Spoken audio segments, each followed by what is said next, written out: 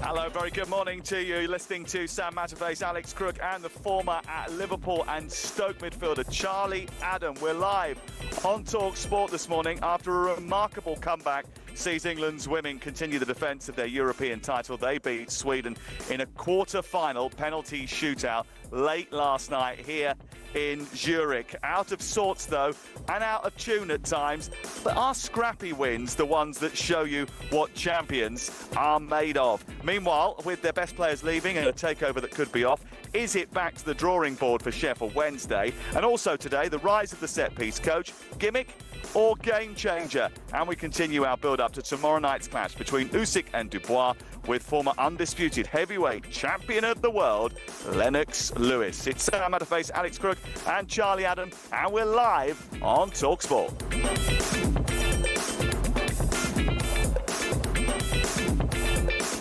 Yes, a very good morning to you. Welcome to the edge of the Zurich Sea. It's where I'm standing this morning, shimmering behind me. A city waking up after a dramatic and entertaining win for England last night. Sometimes a bit of a baffling night as well. Back in the studio in London, Charlie Adam, most recently set-piece coach at Everton, is with me this morning. Morning, Charlie. Good morning. You okay? Yeah, very good, thank you. Your view looks amazing. Do you know what? It's about 28 degrees here. The sun, beautiful, blue sky. It is absolutely glorious in Zurich this morning. Crookmeister is here as well. Last shift before yet another holiday. How are you, boyo? Well, you can talk. You're supposed to be at work. Honestly, it's nice to see you without an Aperol Spritz in your hand for a change. Actually doing some work. I only had my first Aperol Spritz, actually, yesterday, would you believe? That is a true story. Did you like it? Do you know what? I actually thought it was all right, yeah. I had a second one, so I must have thought it was okay. Well, you got it just to make sure. You needed something stronger than when watching the penalties, I'm sure. Yeah, well, you might be right there. I mean, there is so much to unpack from last night, isn't there? And I want to get into it. You know, England still can win the tournament for a start. That's the big takeaway. The fact that they came back from what was, at one stage, almost an unassailable position. It felt as if Sweden were just going to march through to the semi-finals of the competition. I suppose needs to be sort of discussed. It was a great comeback, really. Brilliant subs, super resilience shown towards the end. But serious questions also need to be asked about the setup of the team and how they got themselves into that position in the first place. I mean, why did we take so long to make substitutions last night? Did the team that she picked actually, was it the right team? In my opinion, I think she should have changed it, but I think we all know that Serena Wiegman is not going to do that. To me, I thought that they looked as if they weren't adequately prepared for the penalty shootout. And Charlie, look, we all know that the pressure and the scrutiny of a penalty shootout changes your mindset. I spoke to Juan Mata after the 2012 European Championship final. They'd done so much work on what they were going to do if it went to penalties, and then when he got there, his legs went to jelly. The FA have done loads of research on penalty technique, penalty taking, the build-up to taking penalties. But, you know, what was that down to last night? 9 penalties out of 14 failed to hit the back of the net. Is that tiredness? Is that lack of preparation? Is it nerves? What was your view? I think there's a lot into it.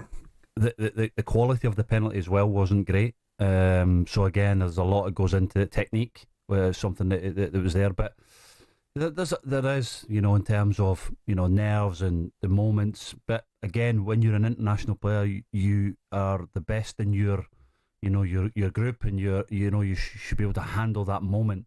But I just thought it was erratic. It was too much quickness to what England were doing, and I think Beth Mead's penalty, she was up and she took it straight away, and the goalkeeper made that decision. So a lot goes into it. But again, the resilience I would go back to in terms of coming from 2 goals behind to get to that situation when you're down and out. Shows that there's a real good team spirit and togetherness within the group.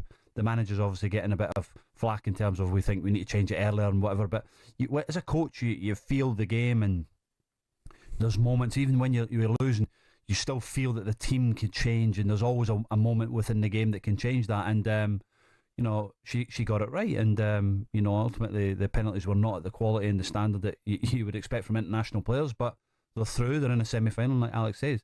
You'd expect England now to beat Italy and have a showdown with Spain in the final, and it'll be an unbelievable final, because at the moment, let's say, obviously Arsenal beat Barcelona in the Women's Champions League, so the quality will be there, and you know, it'll be an interesting game. But it's always an aftermath of that result and that performance, but they got the job done in the end.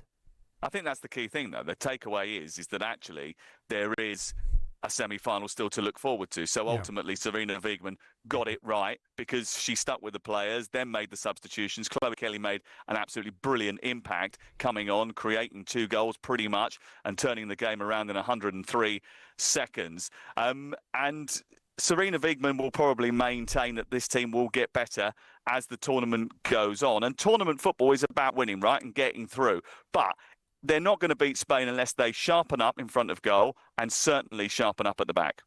No, I mean, defensively, it was a shambles, particularly in that first half. And it does, I think, bear some similarities with the men's Euros. England sort of limped to the final, then found themselves on a collision course with far and away the best team of the tournament in Spain. And maybe history will be repeated, because, as Charlie said there, I do expect England to come through against Italy. I think Sweden was a tougher test in many ways. But I still go back to the sort of situation before the squad announcement. Obviously, no Mary Earps, and Hannah Hampton, her confidence will be boosted by the fact she saved a penalty in a shootout at her first major tournament. But you still wonder if Mary Earps, in terms of leadership, could have played a role in that dressing room. And the same for Millie Bright as well, because, of course, Leah Williamson has come off. She seemed to have ice on her foot. Will she be fit for the semi-final? And then, as Charlie's mentioned, just the sort of panic as England stepped up for those penalties. Someone like Beth Mead, for example, surely has enough experience just to give herself some pause and wait for the goalkeeper to commit, because the goalkeeper was committing early on the penalties. If you'd just taken a breath and waited, then I think it would have been a lot easier of a shootout. Well, it's something that Lucy Bronze spoke about after the game. She said, I watched the penalties, I could see that the goalkeeper committed, and I knew that if I hit it high and hard, there was a low percentage chance of her being able to stop it. And actually, that penalty was thunderous, and you could see the attitude that she displayed when she was walking up to the ball. It was ripping off that strapping on her right thigh. I'm going to hit this, and you're going to have to do something to try and stop it. And obviously, that was a forlorn task because she caught it so beautifully. But elsewhere in the game, I just wonder whether or not the idea that you've come through a situation like that, Charlie, means that it changes your mindset. Because if you go back over the performances so far, they weren't particularly good against France. They got the job done against the Netherlands, which was a much, much better performance. They played a Wales team, which they would be expected to beat, albeit they beat them well. And then they've run into Sweden, who are a good team, and I don't think they should be underestimated. They finished third at the last two World Cups, so you should appreciate their quality. But actually, England are yet to sort of find their rhythm. Does this incident, does this sort of experience change the mindset? No, I think it does. I think it'll give everybody today, the girls that have played and maybe the girls that have not played will do a different session, but they'll get together tonight, maybe before dinner, and mull over what they think and how they're going to get better and how they're going to improve. That's why Serena Wiegman has won the last two major European tournaments. So she's a top coach, and she needs to galvanise the group. But ultimately, the players have to take responsibility as well and what they're doing. There looks like there's a good togetherness, which is important. And, there's another game. They're still in the tournament. They'll know that they've not played to the level they expect. But, that result last night and that desire and that attitude to come back from 2-0 down might just be a switch for them to go forward to this semi-final and then looking at possibly the final as well. But the next game's most important, and this Italy game will be a tough game. They're semi-final, anything can happen, but England will need to be on their best to definitely get through. I think what it has done last night, just the chaos of the penalties, has captured the imagination of maybe people who weren't necessarily tuning in to the tournament. I had a lot of messages from people who tuned in just for the penalty shootout. Okay, some were deriding the comical nature of it, but it was certainly dramatic. And if England do go on and reach the final and maybe even retain their trophy, then I think that's probably the game that everyone's going to be talking about. Well, I'd love to see the overnight figures of how many people watched it last night, but bearing in mind that when ITV had the game at the weekend, I think it was 3.9 million. I think the Netherlands game was a huge figure as well. There are people watching it. There's a lot of people that have got eyeballs on it. Sam, I think let's from the outside, the game's growing. It is growing. Winning tournaments will always help. The game is growing. We've seen now, I think, highest record bid in English football in terms of over £1 million recently. The game is growing, but it takes time to grow. It doesn't just happen overnight. The men's game's been around for so long, and it's still evolving all the time now. So the women's game's come quickly, and it's come sharp. So what will happen in the next 10, 15 years, we don't know. But at the moment, the game is growing rapidly in this country, and it has to improve. And let's say to get to back-to-back tournament finals would be incredible for England as a national team, and they'll take learnings from that, of course. And you want that drama along the way. You don't want 6-1 victories against Wales, really. You want tight games against the top teams in the world, as you just mentioned, with Sweden's rating, and I think there were 15 games unbeaten. Going 15 games unbeaten. They hadn't lost actually since the 12th of July last year when they lost to France in qualifying for this tournament, and they've been on a brilliant run. And actually, do you know what? I saw them the other week against Germany. I was in the game actually in that stadium, the Letzigrund Stadium, on Saturday night when they beat Germany. They beat Germany 4-1. They were absolutely superb that night as well. So they'll be majorly disappointed to go out, because when you're leading 2-0 against the reigning champions, you don't see it out because of two quick goals like that. And you had two chances to win it in the penalty shootout as well. Volk could have won it. Jakobsen should have scored her penalty. I mean, they should have really knocked England out last night, and they'll be kicking themselves this morning. But England will be celebrating. And, of course, they roll on to Geneva, where they'll play Italy in the semi-final. They can't take anything for granted. They hope to be in the final, which we expect to be against Spain or France or possibly Germany, although I'm not convinced by them so far in the tournament when it gets to next Sunday in 10 days' time. It's all going to be live on talkSPORT, including tonight's game between Spain and Switzerland. They haven't even got through a quarter-final yet, so we'll see what happens. 03717 2233 44 if you want to get in touch and talk to us about that. You can text us 81089 as well. It's day 2 of the Open at Portrush. It was an up-and-down day yesterday, especially for Rory McIlroy, who's making headlines on day 2. Here's Sean O'Brien. Yes, Rory McIlroy is back on the links, actually, in front of a very expectant home crowd here at Royal Portrush. He's only 3 shots back after a solid opening round 70 yesterday. Hardly hit a fairway, but he did banish those demons from 2019, and he is right in the mix. And he's in play at the first, crucially. The weather's unpredictable, as always, here on the stunning Causeway Coast, but it is dry for now, so this is an opportunity for Rory. Just to quickly remind you of the leaderboard, Matt Fitzpatrick is among the clubhouse leaders on 4 under par. They've been joined by 2023 Open champion Brian Harman this morning and Denmark's Rasmus Højgaard as well. England's Matthew Jordan is alongside world number 1 Scotty Scheffler on 3 under par, just 1 shot back. Scheffler tees off at 3:10 this afternoon, and England's Tyrrell Hatton is out there already, and he's also just 1 shot back. But it's all eyes on Rory, and there's live coverage over on talkSPORT 2. The Open Update on talkSPORT with Arnold Clark. Build your own car deal, all with a few clicks.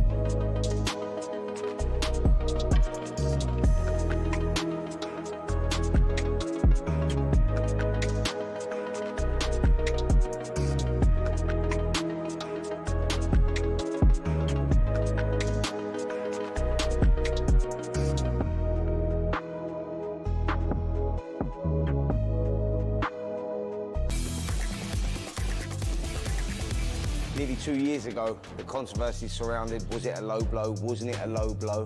I'm sure we'll see it again, but the crowd are booing as soon as it landed. You can see the pain on Usyk.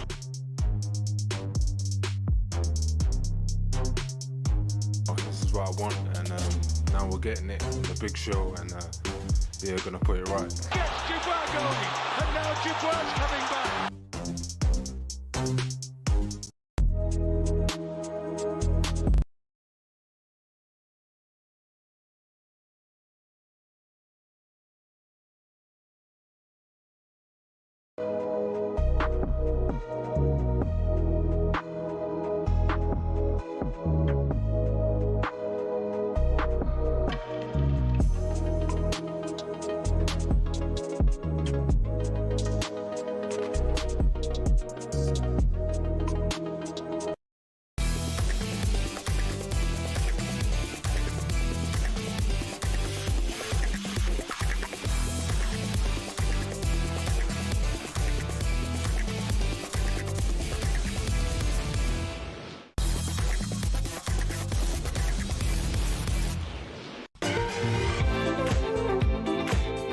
welcome back to Zurich in the aftermath of England's penalty shootout victory over Sweden last night here in this glorious city. Charlie Adam is back in the studio in London with Alex Crook, and Natasha Dowie is in this city as well. Where are you, Tash? I can't see you. You're not walking down this promenade with an Aperol Spritz, so where are you? No, I'm actually just down, not too far away from the river, about 5 minutes from our hotel, but the sun is shining. It's a beautiful day here today in Zurich. Yeah, absolutely is, without doubt. 7 million people the audience peaked at last night on the television, which is absolutely huge. Will be one of the biggest television audiences of the year so far. Tash, we've been talking about the things that Sarina Wiegman has got to get right if they're going to negotiate a semi-final and a final against the world's best in Spain, should that be the case later down the line. But 75 minutes into the game last night, England were going home. You were getting frustrated in commentary about the fact that Sarina Wiegman hadn't brought the substitutes on. But when she did bring on Michelle Agyemang and Chloe Kelly, boy, did they make a difference. They did, and sometimes you feel stupid questioning Sarina Wiegman because of what she's done with this nation so far and her record as a manager. But it is frustrating, especially when for a good 70 minutes England was so poor. Sweden's game plan was perfect, and you just think, why is it taking her so long to put the subs on? I know what it feels like as a player, and you want to feel like you've got an impact and you can have an impact.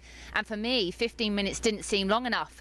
But I was told that it is long enough, because I think within a minute of Chloe Kelly coming on the pitch, she's involved in an assist. I think then a minute later, she puts the ball in, that kind of bounces around. Russo gets a flick, and then Agyemang gets the equaliser. So I've actually got to give credit to the subs. I think Sarina Wiegman, yes, for putting them on, but for me, it's all about their mentality to come on and have that kind of impact straight away and to know their role and to deliver. I think that's just credit to this whole squad and the finishers. The finishers have been key for this England team. Yeah, I was sitting about 10 rows in front of you, and from my perspective, it was about the energy and the desire and the level of determination to make an impact on the game straight away. There's no waiting around. Chloe Kelly made a tackle straight away as soon as she came on the pitch, about 10 yards inside her own half, chasing back to win the ball, turned it over, and then very quickly they were on the front foot. That was the kind of energy that England were lacking at this moment in time. She did do her job, and afterwards she spoke to our reporter Courtney Sweetman-Kirk and gave her reaction to her impact coming off the bench. I can't lie, it was mad, but it just shows what we're capable of as a team. We get over the line no matter what we face. Hannah was unbelievable, but belief in our squads, belief in our staff, and we got the job done. Tash, it's interesting to hear the word belief coming out there. Do you think this could be a turning point in the tournament for England? Because I know they had those two big wins in the group stage, but it didn't start very well, did it, against the French? And obviously very disappointing for large parts of last night. Do you sense that confidence will grow now? Has that been a problem, do you think, amongst the Lionesses, a lack of confidence in this tournament? No, I honestly don't think that's the case. I think this team is so full of confidence. I mean, they're the holders. I think it's the last 4 major tournaments they've reached the final. So these players are used to winning Champions League football. They're used to winning the treble. They're absolute winners. So I think belief and confidence is something that absolutely is not lacking in this team and with Sarina Wiegman. I think probably what has been lacking is the consistency, which probably coming into this major tournament was a problem as well. And I think as a fan, that's why you get so frustrated, because how can you have performances like against the French, but then turn it on against the Dutch and the Wales, but then have a performance like you've had for 75 minutes, last night against Sweden, but then within 2 minutes turn it on again and get yourself into a semi-final. So I think that's a frustrating thing, and actually for a lot of nations, probably coming up against England right now, a really tough thing to plan. What England are you coming up against? Because I think if you're Italy watching that game last night, you're really fancying your chances, but you also know that England at any moment, with the squad that they've got as well, can change a game on its head, and that happened last night. Yeah, what was really frustrating, I think, for England fans was the fact that they got themselves into a really good position with those substitutions, 2 goals in 103 seconds. And then when it gets to extra time, they allow the momentum to swing back Sweden's way, Tash. Yeah, I think you're spot on there. I actually think the tactics and the subs from the Sweden manager lost them the game. I think to take Asllani off and Rolfo off on 77 minutes, for me, was just the craziest decision I think I've ever seen from a manager in such an important game. Almost thinking we're 2-0 up, let's rest our key players, let's rest our captain. We've got 10 minutes to go, let's see the game out, get some fresh legs on. And within then minutes, you're 2-2, and your best players then, your players with that experience, can't see the game out for your team. And I think Sweden did regroup, absolutely, and I think they had probably the better of the extra time. But then when you're coming up against the penalties, I mean, all the penalties were awful, but I really did fancy England, because when I looked at the 11 that were left on the pitch for Sweden, I just didn't see any experience. And I think that showed come the penalties, that the goalkeeper was even having to step up and take that penalty kick, which was just madness. So where does where does she go now in terms of next team? Who does she pick? Does she bring Chloe Kelly in? Does Ajman go straight back into the team? Yeah. Because ultimately, as a manager, that's what you want. You want your subs to make that impact. But for the group, is she going to be ruthless and go, do you know what, we need the girls that started against Sweden will start again, even though the performance was not to the level? Or does she make a few changes? I think the whole of England and whoever's watching the game, and if you're a Chloe Kelly and you've had that kind of impact, you're thinking 100% I'm starting in this semi-final. But it's Serena Wiegmann, and I think we all know she's not going to make changes. She doesn't. So I think she'll have the same starting 11. I really believe that, even though I think Chloe Kelly deserves to start. I think maybe Lauren Hemp was running on empty towards the end, and she has been having to manage her minutes. She missed 5 months of the WSL season. Lauren James as well has missed big chunks. But yeah, I think she'll go same starting 11, and I think you'll see the same subs coming on and trying to make that impact, which I guess is frustrating. I look as well at Abiva Jones. I still can't believe she hasn't had more game time the season that she's had at Chelsea, when England are needing a goal, for her to not even be able to get on. But again, Serena seems to always find a way. So again, this motto, in Serena we trust. We have to trust her again in the semi-final, that she makes the right calls. I'm sure Aggie Beaver-Jones is absolutely furious. Player of the year at Chelsea. Scores a lot of goals. When they need goals, they don't turn to her, which is a shame. Be interesting to see about Michelle Ajman. She was brought on as a wild card really into the squad, and she certainly had an impact. And she's only a teenager, and she deserves a lot of credit for the way that she applied herself when she came off the bench. I do find it a little bit worrying, though, Tash, that you're talking about someone's penalty taking, having seen Joe Shannon save a penalty from you in the media game earlier in the week. I love that. Do you know what, boys? It's a hard life being a striker. You can score 8 goals past him, but that one penalty save, he's going to be remembering that for the rest of his life. I had to give him his moment, didn't I? Put it that way. I had to give him his moment. He has shared with me the drone footage of the penalty. He didn't show me the other goals, but he did show me the drone footage of the penalty save, and I think that's the one. Yeah, I bet. Yeah, that's the one that's going to be making it. No, look, I think I was probably watching the England players too much, wasn't I? Yeah, they must have been watching my penalty as well. But no, it's been great fun. It really has. The whole experience so far has been amazing. So we're looking forward to taking on the Italian media team on Tuesday. Bring it on. Yeah, good luck. Cheers. Thank you very much, Tash. Tash Dowie, who is one of, and the boys tell me, the most competitive footballers that they've ever played with. And some of the girls and boys yesterday were on the wrong end of that. I did think she ended up scoring double figures in the end against them over 2 or 3 games out here in Zurich. Just wonder as well what the impact is going to have on Leah Williamson, how fit she's going to be for the semi-final. She's a crucial character, not only on the field for England, but in the England dressing room as well. And to see her with her ankle strapped up last night and in ice was a little bit of concern. Speaking to her after the game, she was suggesting that she has to wait and see, but she had to come off because this was not a game where you could play 75% fit. We'll get an update on that over the course of the next few days. You're listening to Talk Sport. We'll be talking a little bit about set-piece coaches with Charlie Adam in the next few minutes on the programme. It's White and Jordan with Selco Builders Warehouse. It's where the trade go.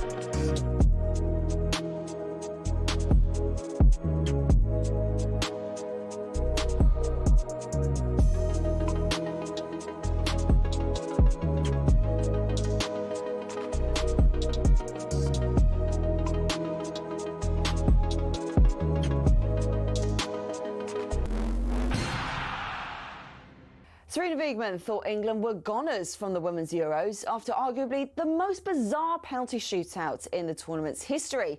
Sweden were leading the Lionesses 2-0 until the last 11 minutes of the game.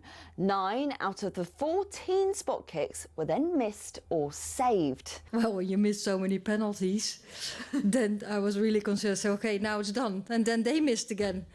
So that needs a little bit of luck, of course, that they then miss. For them, of course, the most horrible way to go out of a tournament, and yeah, for us, maybe even more exciting. Meanwhile, tomorrow at Wembley, we'll see Daniel Dubois take on Alexander Usyk again in an undisputed world heavyweight title fight. Heavyweight boxer Dave Allen reckons it's gonna be interesting. Usyk's undefeated. He's one of the best heavyweights, one of the best fighters of all time. So I think Daniel can go in there and the pressure's off, and I think he's got a chance. talkSPORT will have live comms of all of tomorrow's fights with build-up beginning at 6 p.m. And from the West Coast to the Welsh Coast, Snoop Dogg's become an investor and co-owner of Swansea City. It's after he launched the team's home kit for the 2025-26 season last weekend. For more on these stories, head to talksport.com.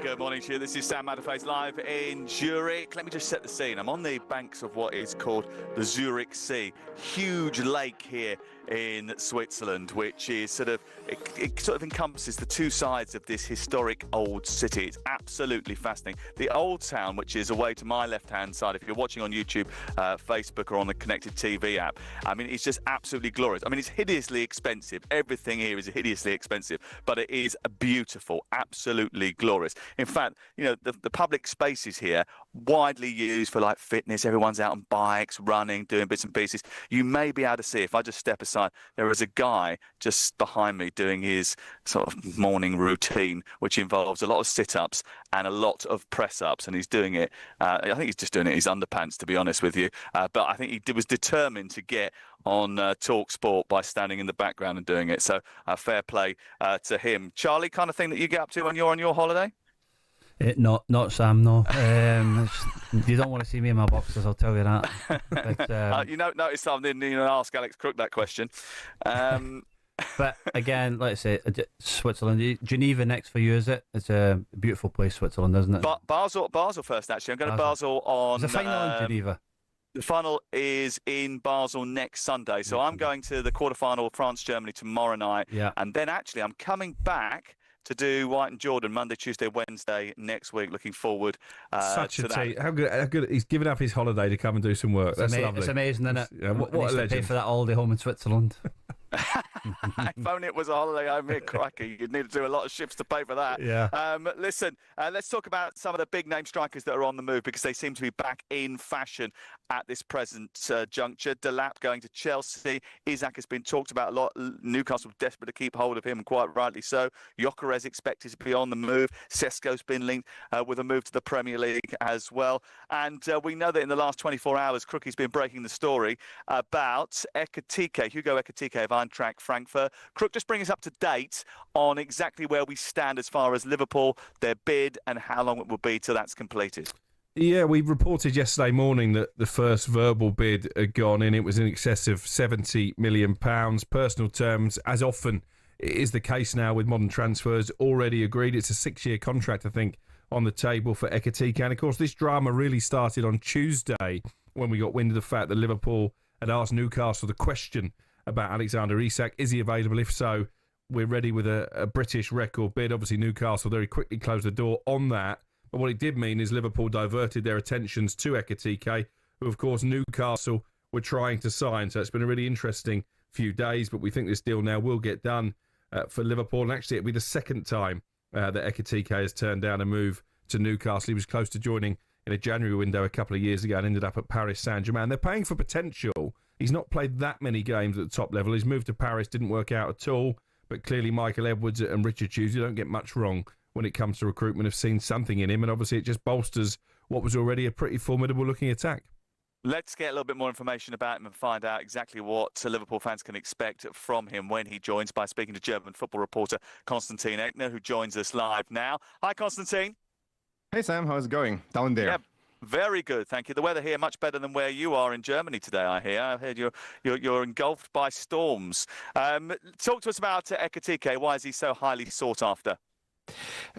He got his big break basically after Frankfurt sold Omar Mamouche in January. The two played together as a two-striker setup during the first half of last season, but Ekitike was a little bit overshadowed by Mamouche because Mamouche was the big breakout star of the Bundesliga during the first half of last season. But after that, he was the lone striker for Eintracht Frankfurt, did very well for himself and for Frankfurt, scored 10 goals across all competitions after Mamouche basically left or was left out of the squad and then was sold to City. Ekitike, a bit of a lanky striker, 6'2", roughly that, but actually quite a good technician and also someone who can dribble, can come from outside the box, so it's not just a mere box striker or someone who is just comfortable inside the box, but he can work outside the box. And also something else which probably is highly valued by Arne Slot, he's a great pressing player. So you got Dominik Szoboszlai, one of the best pressing players in the entire league, in the Premier League, and now adding Ekitike and Florian Wirtz. So they might be a force to be reckoned with also defensively when it comes to high presses. I saw him a couple of times. I went to Frankfurt with Tottenham. I saw him at the Tottenham Hotspur Stadium and a few other times in the Europa League last season. And occasionally I felt that he sort of drifted in and out of games. He's 23, though. Is this a kid with room to grow? So he's not like one of these unpolished diamonds you sometimes get, right? He's not quite a finished product, but he's close to being a finished product. So you know what you get there. That's hence Frankfurt demands 80 or more million pounds because they feel like, all right, he's a finished product, he's a proven goal scorer. Of course, he doesn't have that much experience at the highest level. When he joined Paris Saint-Germain in 2022 after his big break with Stade Rennes, he didn't really play that much for Paris, and they even left him out of the Champions League squad at some point, which then was probably the sign for him to go elsewhere. He joined Frankfurt later. He's not someone who might put up 20, 25 goals a season, but he's a workhorse striker. So even when Frankfurt didn't do that well early on when he joined them, he just was going after every ball, long balls. He was running down the field, even if it looked pointless. And he's also someone who can annoy defenders by being that relentless. And I think that suits Liverpool well because they already have proven goal scorers with Salah, with Cody Gakpo, and also with Florian Wirtz to an extent. And now adding someone who can put in a lot of work might actually be a great addition, in my opinion. Wirtz and Ekitike, the German market, obviously somewhere where Liverpool think that there is a lot of talent. Is it an untapped developing ground, do you think? It's sometimes funny because, I mean, Frankfurt, they signed Ekitike for 14 million and they now sell him for, 80 million? I mean, in total, the two sales of Mamouche and Ekitike will bring them in over 140 million pounds. Alexander Isak played early on in his career for Borussia Dortmund, especially Dortmund and Liverpool and Frankfurt, and also Leverkusen to an extent. They are just great at finding these talents with all due respect to the Ligue 1, in the smaller leagues in a sense, so in the Ligue 1, in Eredivisie, in Denmark, and so on. And then they develop them, and then they sell them on to the Premier League. So in a sense, I mean, it's like first the Bundesliga buys the Ligue 1, and later the Premier League buys the Bundesliga in terms of player transfers. And it's just the way it goes right now. And the Bundesliga clubs like Frankfurt and even Leverkusen are more or less fine with selling these players because they are very comfortable and very confident that they will find the next one. And Frankfurt already signed a new striker, a German international by the name of Johnny Burkhardt, who might go to the Premier League in 2 years. 2 years, 6 months by the way things are going with that club. Thank you very much, Constantine. Appreciate that. Crookie, Charlie. Charlie, let me ask you, what does this say about Liverpool's ambition actually in the transfer market? They're signing Wirtz under the nose of Manchester City. They've got Ekitike when other people were certainly in for him. Newcastle were heavily mentioned. Does it show how powerful they are in the transfer market and how powerful a proposition they've become? Absolutely. A big club mentality, winning mentality, doing your business early. Getting the signings over the line, and if you look at the players they've signed in terms of Wirtz 22, Ekitike 23, Frimpong 24, Kerkez 21, young up and coming players that have got experience, that are quality players, and yeah, they're doing the business well. Richard Hughes and Michael Edwards are strong negotiators, and once they get the targets and they get their eye on somebody, they don't really let it go unless it gets silly. But when they want somebody, they go and get it and they do the business. They don't hang around, and I think that's clear for the manager as well, that he knows. And I didn't really want to bring up, but I think with the tragedy that's happened over Liverpool, I think these quality players will lift the football club and bring, the joy to the. I think these are 4 quality players. If they can get the striker in, I think they are 4 top signings for Liverpool for next season. And for me, I think they're the team to catch again. It wouldn't surprise me if they're not finished there either, because obviously they've kept their powder pretty dry in the last couple of transfer windows. They signed Chiesa for a relatively modest sum. They've got Mamardashvili coming in as a backup goalkeeper. But apart from that, I think the plan was always to allow Arne Slot a year to get his feet under the table. Probably progressed a lot more quickly than they expected in terms of winning that Premier League title, and then really have an assault on the transfer market. There's still interest in Luis Diaz. I know the official line from Liverpool is that he's not for sale, but I think if Bayern come back with a bid that gets nearer the sort of £80 million mark, they might cash in on him. And there's been some talk that Rodrigo from Real Madrid could come in as a replacement, and that would be another really exciting signing. I fear for the rest of the Premier League if they were to bring a player of that calibre on top of what they're already doing. Well, what it's doing is it's forcing the rest of the Premier League's hand, Charlie, isn't it? Manchester United desperate to go after Mbeumo. Arsenal, Victor Gyökeres, they want to get him through the door. Chelsea have spent big money already. Pep Guardiola spent a load in January and will probably buy again before this close season is out. By Liverpool's actions, they're almost raising the bar for everybody else.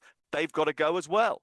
Yeah, and again, that's it. They're the champions, and they're not messing around. They're not waiting to see what happens in the market. They've got the targets, good recruitment, ready to go, and FSG are willing to spend the money because of the cleverness that they have over the last few transfer windows and not spending the money that they've done, and they've had a big summer. And to be fair to the club, we didn't really think they would go and spend the way they've spent. Arsenal were talking about it's a big summer for us and that, but Slot never come out. The club have never said that, and they've done their business and they've got very good players and improving the team and improving the group. Which, some players are coming, of age, but they're a group that are hungry and desperate to keep winning, and ultimately, Liverpool look like they're going to be favourites for the title with the signings that they've got at the moment, but. You can't rule out Man City and ultimately the business that other clubs will do in the next few weeks. I think it's going to be a brilliant title race. You mentioned it already. Arsenal, I think Gyökeres is going to happen, and you look at their deficiencies last season, it was at the top end of the pitch. Defensively, they're solid with Saliba and Gabriel. Man City surely are going to be better for their new signings, and Chelsea, confidence must be flooding through that dressing room, having won the Conference League, qualified for the Champions League, then won the Club World Cup. It's been a frustrating summer for Newcastle so far, but they're ambitious to bring players in. I think we could be talking genuinely about 4 or 5 teams who all fancy a tilt at the title next year. Yeah, you haven't sent me that text message, by the way, yet, congratulating me on the Club World Cup.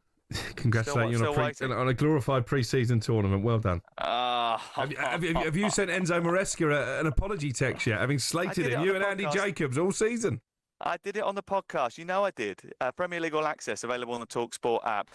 Right, talking about things that are available on the talkSPORT app, the Open Golf is available live from Port Rush, talkSPORT 2, throughout the course of the weekend. We'll keep you updated here, and here is Sean O'Brien. Yes, huge roar on the first green, Sam, and that's because Rory McIlroy hold a 20-footer for birdie to get within 2 shots of the lead. But anyone who watched the Masters in April knows that it is never a stress-free journey watching Rory contend at the majors. And he followed that by spraying 1 miles right at the par 5 second. Took a while to find it, actually. It was very close to being out of bounds. Ended up taking an unplayable drop, and he's got work to do to save his par. England's Tyrrell Hatton has joined a 7-way tie at the top of the leaderboard at 4 under, still searching for his first major victory, and the veteran Justin Rose is making his presence felt at the Open once again. Second last year, second at the Masters in April, and he's moved to 3 under with an excellent birdie at the third. So Rosie gets himself within 1. So Hatton's hit the front, Rory's on the charge. We're just watching him try to make this par putt now, sends it on its way, and it's in. So Rory somehow manages to save par at the second. He's 2 back, and there's live coverage over on talkSPORT 2. The Open Update on talkSPORT with Arnold Clark. Get the UK's best used car deals guaranteed.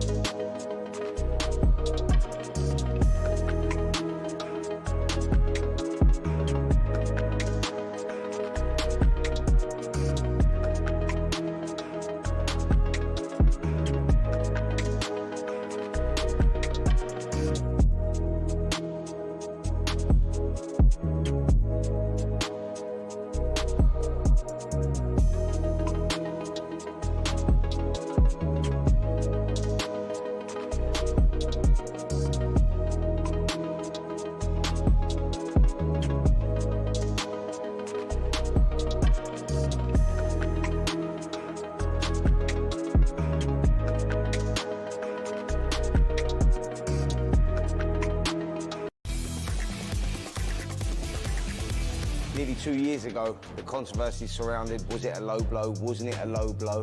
I'm sure we'll see it again, but the crowd are booing as soon as it landed. You can see the pain on Usyk.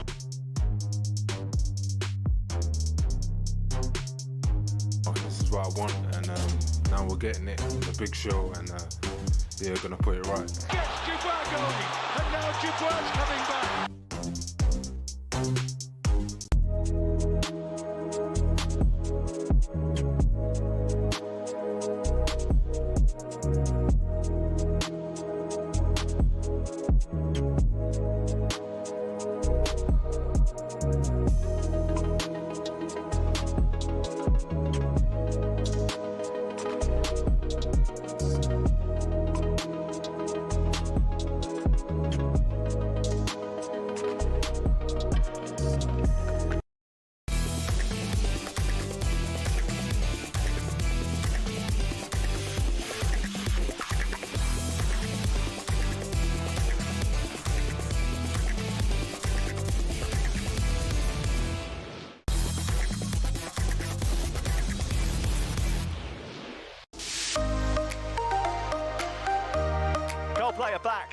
Wembley this summer, and we've got a huge VIP prize up for grabs for one lucky listener. We're giving you the chance to win 6 tickets in a private box for you and your mates. It's all on August the 22nd, full hospitality, plus we're chucking in 10 grand spending money, completely tax-free as well. For a chance to win, text the word WIN to 83338 by the 4th of August at 11 p.m. and you will be in the draw. The text costs just £2 plus one standard network rate message. You have to have the bill payer's permission to get involved, or you can post your name and number to Coldplay prize draw, PO Box 3190, Colchester CO2 8GP, to arrive by 5 p.m. on the 7th of August. 18 plus, UK excluding Northern Ireland. It's a talkSPORT limited promotion run on talkSPORT, Talk and Virgin Radio UK stations.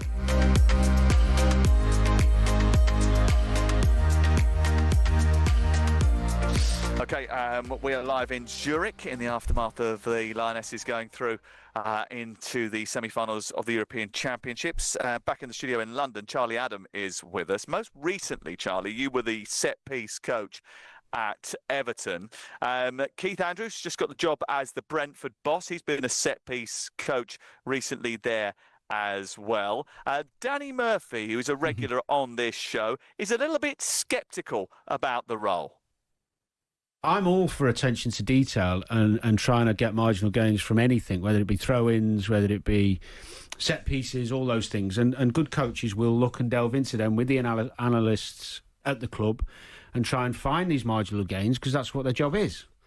My concern is when you've got a club who have already got a manager who's supposed to be very good at what he does, hence the fact he's in a Premier League job.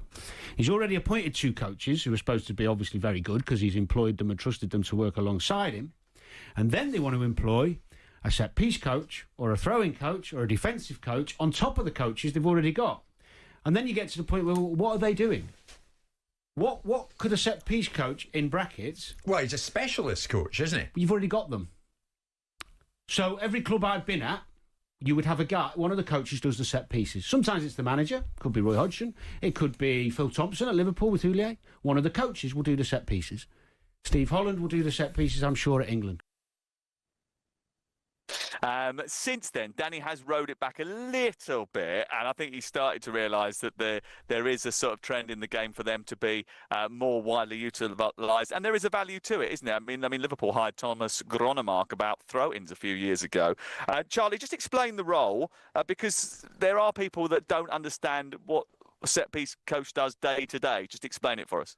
Well, I can only go with what I did and what we did as a staff is that obviously ultimately the game is now split up in terms of attacking, defensively. So again, whatever manager, whatever the way he wants it is that the manager will oversee everything. So you'll designate one of your coaches to be probably in terms of attacking stuff, in terms of the build-up and the patterns and different things, and then you'll have a coach that might do the pressing and the defensive shape. And then ultimately you've got individual stuff on the back of that as well with players and unit stuff. So I see why that Danny, when he first heard of it, was thinking, well, what's this all about? But there's so much. It's so time consuming now for a manager that you need the extra help and you need the extra hands to be able to do that. So when I was at Everton, I had an analyst with me that we would go through in terms of the opposition and what we would do in terms of for and against. And we'd set up a sort of presentation back for the manager and see what we saw. But there's a lot of data now come into the game in terms of, stats bomb and different things that we use to see in terms of percentages of where the kicker's going to go. High percentage that the kicker might go to the front post, back post, routines. So there's a lot that goes into it. But hands-on on the grass, it depends on how the coach wants to coach. So again, you have to fit that set play routines and coaching within that week that you're looking to build up for the Saturday or for the next game. So it's finding that problem. But again, I'm only going with what we would spend 2-3 hours on set plays for every detail: corners, free kicks, throw-ins, shapes, looking at the margins and the gains and what trends that other teams are doing, and putting that together for the manager to sit down. Probably for us would be maybe on a Wednesday afternoon, starting to prepare on Thursday and Friday for the game at the weekend. So yeah, every club's different, but it's definitely something that's coming into the game and will come in more in England, not as much abroad. But yeah, the guys that are doing the jobs at the moment in the Premier League that we know, Austin McPhee and Carlos, people that are there, they're doing an excellent job and they're getting the results. And ultimately, you know, the small gains and the small margins are worth millions and millions of pounds, and also as well, big gains in terms of Champions League football and also relegation. Well, certainly it's working, isn't it? I mean, Of it course worked it's at working, Everton, yeah, Everton absolutely. because Palace, Villa, they're top of the tree in terms of set-piece goals scored. Everton were third in the Premier League for set-piece goals scored last season. So there is certainly a benefit to it. But just explain to me in terms of how it works. Do you concentrate on set-pieces in terms of the ones that you're attacking and the ones that you're defending? Because Arsenal, who conceded 38.7% of all of their goals from set-pieces, had a renowned reputation for being excellent at scoring goals from corner kicks. So they were scoring goals from corner kicks, but they were conceding a hell of a lot of goals from set pieces. How does that work? And is it the same responsibility? No, absolutely. It's the same responsibility as the set play coach. You have responsibility to do both. Depends on what club it is. Every club's different. But I'd expect to be doing both. I think the set play coach would do both. I think Austin McPhee would be doing both at Aston Villa. But you know, I think for Everton, the big thing is that when we're talking about attacking set plays, these clubs have designated set play takers. They have the quality of top players of set play takers, and that is a huge difference.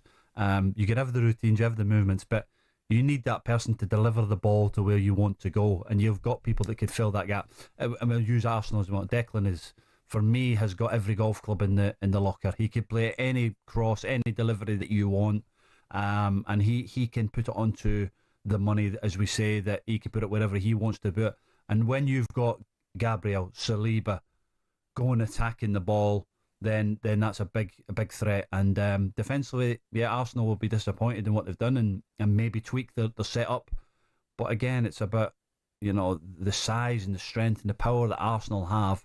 It's very hard to score again. Okay, they had a bad season with that last year, but you know, normally under Arteta they've been excellent and they've improved. And the game is only going to grow, and I don't see anything other than more people coming into the game. I can understand, Sam, sorry, the argument that this is just becoming a bit of a trend and everybody is copying each other. But set pieces have always been, and probably even more so in the modern game, such an important part of it. You're a stats man.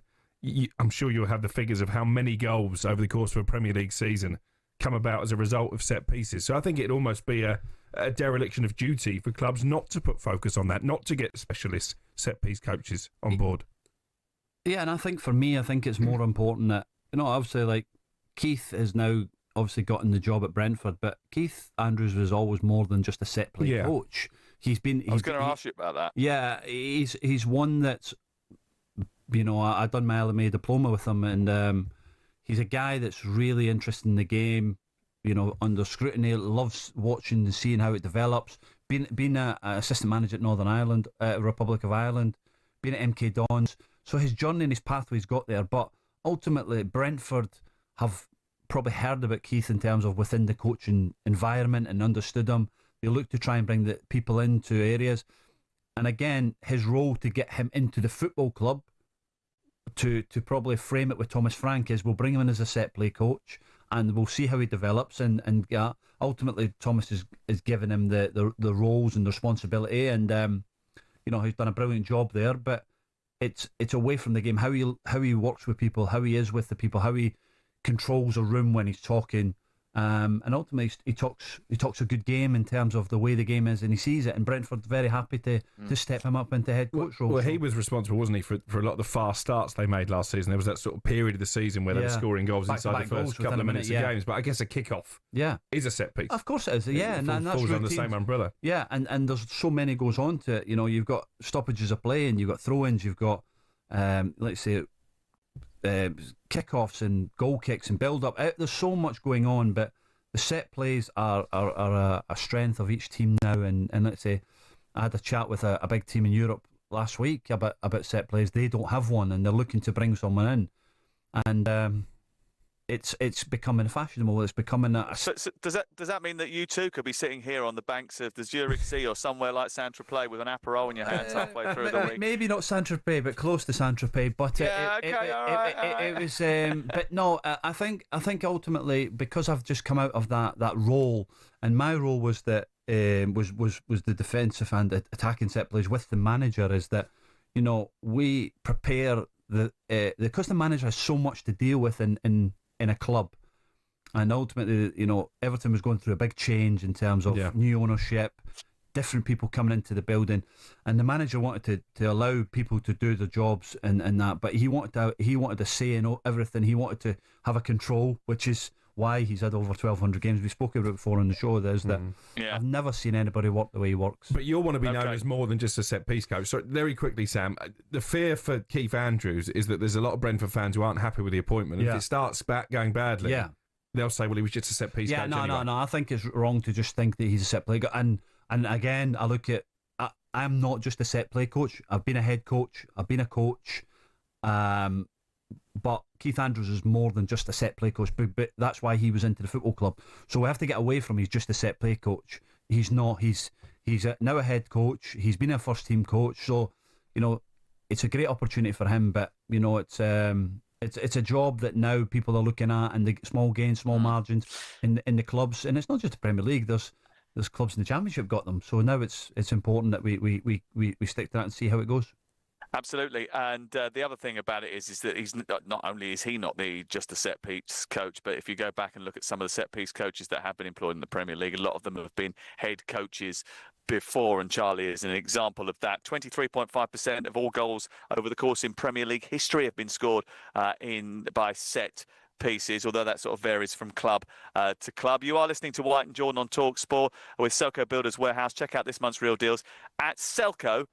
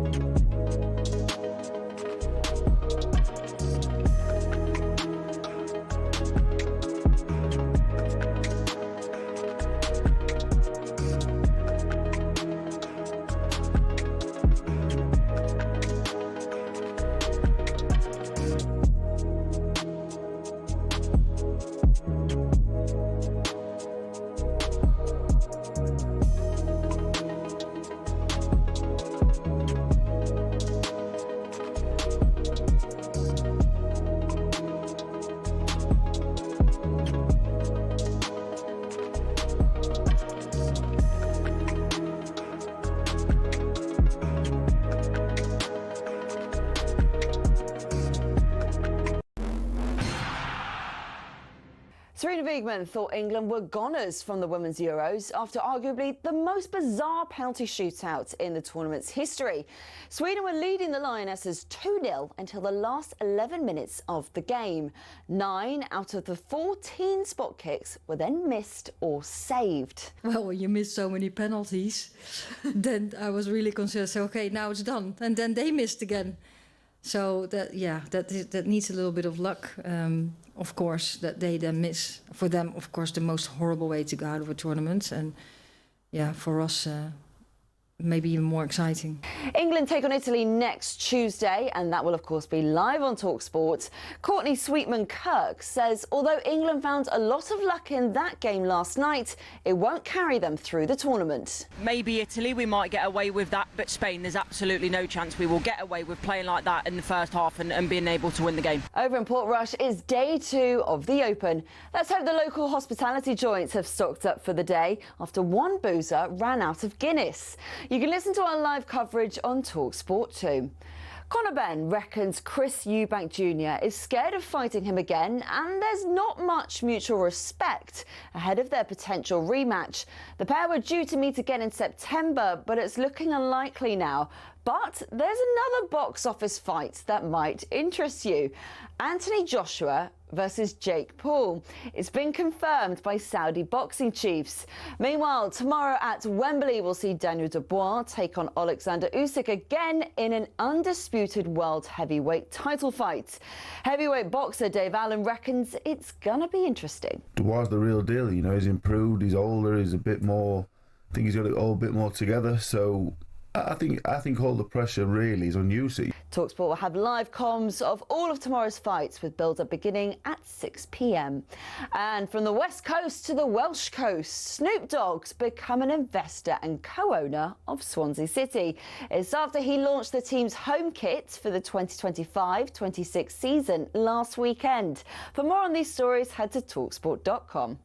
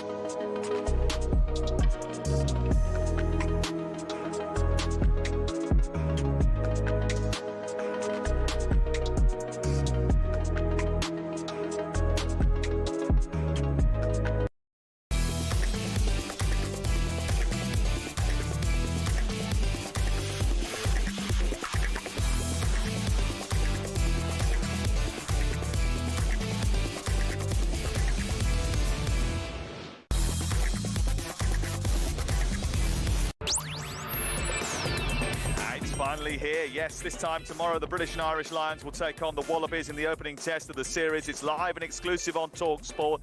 Shaban Ahern will be your host, and she'll be joined by a legend of the 2013 Lions series, Alex Cuthbert, as well as Wallabies all-time record try scorer David Campese. Join the team 10 a.m. tomorrow, 11 a.m. kickoff.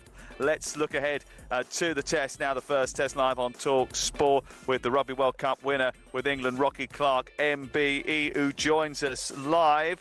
Hi, Rocky. Hello. What beautiful setting you have. Fantastic. I'm so excited for this. Yeah, and a beautiful setting for the Lions' first tour test tomorrow. Andy Farrell seems to have chosen experience over form. What do you make of the lineup? Yeah, I was pretty shocked, given that we know Jack Morgan has played phenomenally well at open side, and a lot of people had him in the team, and to go with Curry was a bit of a surprise, but we know that he likes his you know, the reputation and experience is huge to Andy Farrell. So Furlong, Byrne and Curry possibly surprise starters, but certainly, you know, there'll be some disappointed players, Jack Morgan, Henry Pollock, etc. You know, there's a big argument that they could have been in, and of course Byrne starting at 6 perhaps hasn't been on as good a form as he is normally, but apparently Andy Farrell relays him as a big test match animal, so we will all wait and see if it's the right selection. You talk about disappointments. There'll certainly be some disappointment in Wales, because for the first time since 1896, there's no Welsh representative in a Lions test starting 15. How significant is that? Yeah, I think it's huge, and I think, you know, him and Wales should be massively disappointed.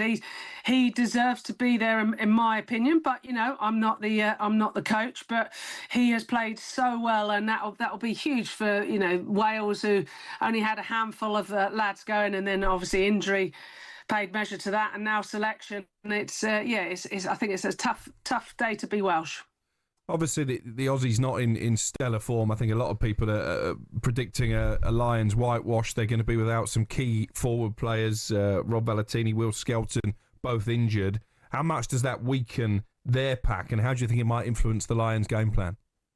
Well, we've seen the Lions grow in terms of their physicality and them fronting up and really trying to get big ball carriers over the gain line. We've seen over the last few that they're coming round the corner, putting pace onto the ball, whereas maybe in the first few games they were guilty of just going from edge to edge, from width to width, rather than getting that punch. And so they've worked on that punch. They've picked a big team, obviously Byrne, McCarthy, Itoje, all included. And then with no Skelton, so you lose a lot of size and power. And again, with Valentini as well, that is massive. But one of the big talking points is obviously they don't have their normal 10, and that's a lot on Liner's shoulder, the youngster. And I imagine the Lions will be targeting him. Talk to me about that, Tom Liner, because it sort of adds an extra dynamic to it, doesn't it? You know, compelling family name, lots of narrative about dad, etc., etc. How much pressure will be on him to deliver against such, well, I suppose he's a formidable opposition. Exactly, and you know it's sink or swim time for him, and I really hope there's some stars made in these three tests. I think what I love about youth and inexperience is they're not scared. They're not scared to have a go. However, has he had that amount of pressure? We've seen the Lions' defensive effort, their line speed, get off the line, pressurise. Has he been subject to that? And that's something that he needs his forwards to try and keep the British and Irish Lions at bay. But he's going to be under a huge amount of pressure. But if he can pull the strings, if he can get his team on the front foot with the forward carries, you know, they've got some real weapons, especially in that midfield as well. With Suali, he's just phenomenal, especially under that high ball. So we might see quite a bit of aerial skills coming into play as well. How important is this first test in terms of laying down a marker for the series to come? Because it feels like we've had a huge build-up, and now the anticipation and excitement really reaching fever pitch. How important is it to get off to a winning start? Yeah, I feel like, you know, we've all been swept up in it. We've all had a late breakfast, or people have had meetings, breakfast meetings over the kick-off times, 11 o'clock in the morning for back in the UK. And I just think that the momentum has grown. There's obviously been massive areas that they need to work on. They had a few teething problems with their line-outs. Kick-off receipts were very ugly at the start. They're starting to get those sorted out, but they've improved and cut down the errors. But, you know, that's expected with any sort of new team coming together. It's almost like a barbarian, so they have to get used to each other. And that's probably why you got a centre partnership of Tuapolotu and Jones, who know each other inside out and can read each other. So I think there's big things coming, and it's going to be a massive excitement. Absolutely can't wait for it. It's live tomorrow. talkSPORT kicks off at 11 o'clock. Thank you very much, Rocky, for coming on. Appreciate your contribution to the programme this morning. The first test is live on talkSPORT. Shabana Hearn, alongside the 2013 Lions winner Alex Cuthbert, Wallabies all-time record try scorer David Campese, and we've got commentary from 2005 second row Lion Benkei and Andrew McKenna as well. Very much looking forward to that live on talkSPORT tomorrow. Okay, live on talkSPORT 2 right now. The golf continues at Portrush, the Open. And let's get the latest here from Sean O'Brien. Yes, new leader here at Portrush, and it's Harris English. He's managed to break from that big group on 4 under and get to 5. Rory McIlroy dropped a shot at the third, so he now finds himself 4 shots back, and that's also where you'll find his playing partner Tommy Fleetwood. Disappointing round yesterday, but he's 3 under through his first 3 holes, 1 under for the tournament, and suddenly he's only 4 shots off the lead. Scotland's Bob McIntyre is in the mix. He's 4 back as well. Justin Rose and Tyrrell Hatton are within 2, but it's English who leads, and there's live coverage over on talkSPORT 2. The Open Update on talkSPORT with Arnold Clark. Everything for your car, all in one place.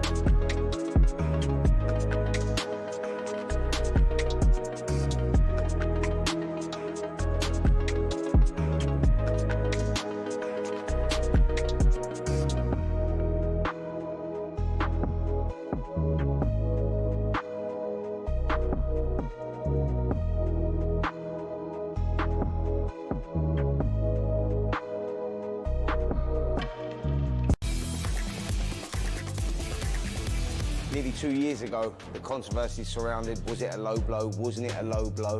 I'm sure we'll see it again, but the crowd are booing as soon as it landed. You can see the pain on Usyk.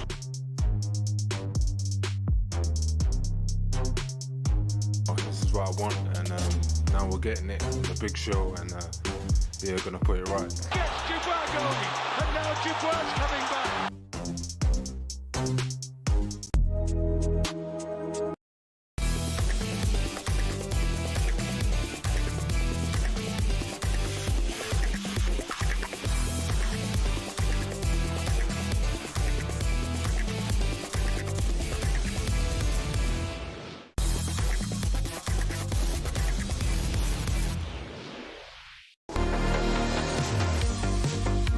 It's talkSPORT, it's Sam Matterface, Alex Crook and Charlie Adam. We're live on talkSPORT with Selco Builders Warehouse. It's where the trade go.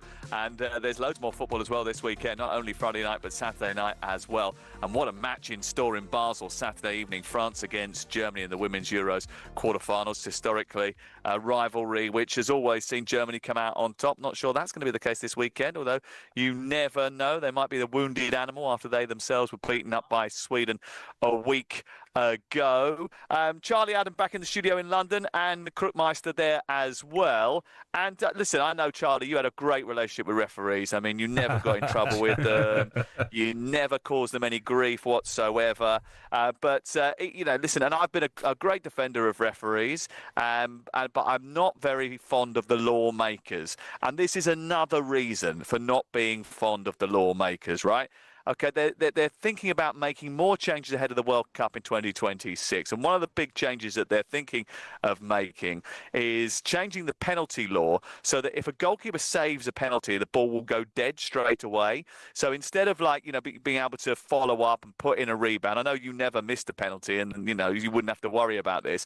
But if a penalty is saved, it comes back into the penalty area and someone always can rush in and put the ball in the back of the net at the moment, right? They're going to get rid of that so that if the goalkeeper saves it, that's it, it's dead, goal kick, it's over. You've had your chance, no more.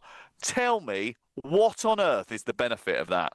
There's no benefit. I just think it's people that don't understand the game, what the excitement that brings when somebody misses and everybody rushes in, or then all of a sudden there's maybe another block tackle, or I don't get where they're coming from. I see as well, you know, I was on pro licence in the summer there, and I'm hearing the rules about the goalkeeper, if he has over 8 seconds, is going to be out for a corner, stuff like that. And I said to the referee, Scottish referee, I said, so in an Old Firm game, it's the 89th minute, goalkeeper takes too long, and he goes for a corner and they score a goal, there'll be an absolute uproar. Yeah. I said, so you're going to cause they're causing themselves their own problems for the referees. It's hard enough being a referee. And, well, that nearly happened in the Club World Cup, right? Because Al Hilal were playing Real Madrid. They'd done brilliantly to grind out a draw. And in the last few seconds of injury time, the referee gave a corner because the goalkeeper, Bono, had kept hold of it for more than 8 seconds. He'd perceived that he'd kept hold of it for longer than 8 seconds. Now, anything can happen in that moment. It could change the whole course of that tournament. Absolutely, had that goal have gone in. So, look, I mean, the rules are the rules now, and that is now in. So are some other sort of changes as well. But I just don't get what this meddling does. Crook, I mean, the idea of not being able to following a penalty, I don't think it has any benefit to the flow of the game. One of the great things about it is sometimes you can save a penalty, the ball can break, and then you can quickly counter up the other end and also attack. So you sort of lose that momentum, that flow in the football match. And it's that flow and that intensity which makes it the game that it is. Yeah, it just sanitises it. I mean, you know, we have Troy Deeney with us in the studio every Friday. I was just about to talk about that. That was one of Troy Deeney's biggest moments, you know, and that's what I was... That's why he's famous, after a missed penalty. That come to me as well, thinking about that counter-attack again, missing that penalty, and then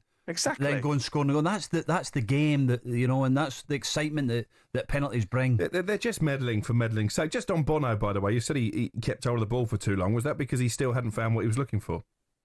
Hey, is that your only musical reference that you could possibly come up with? I had to Google that. With steps. I had to Google that one.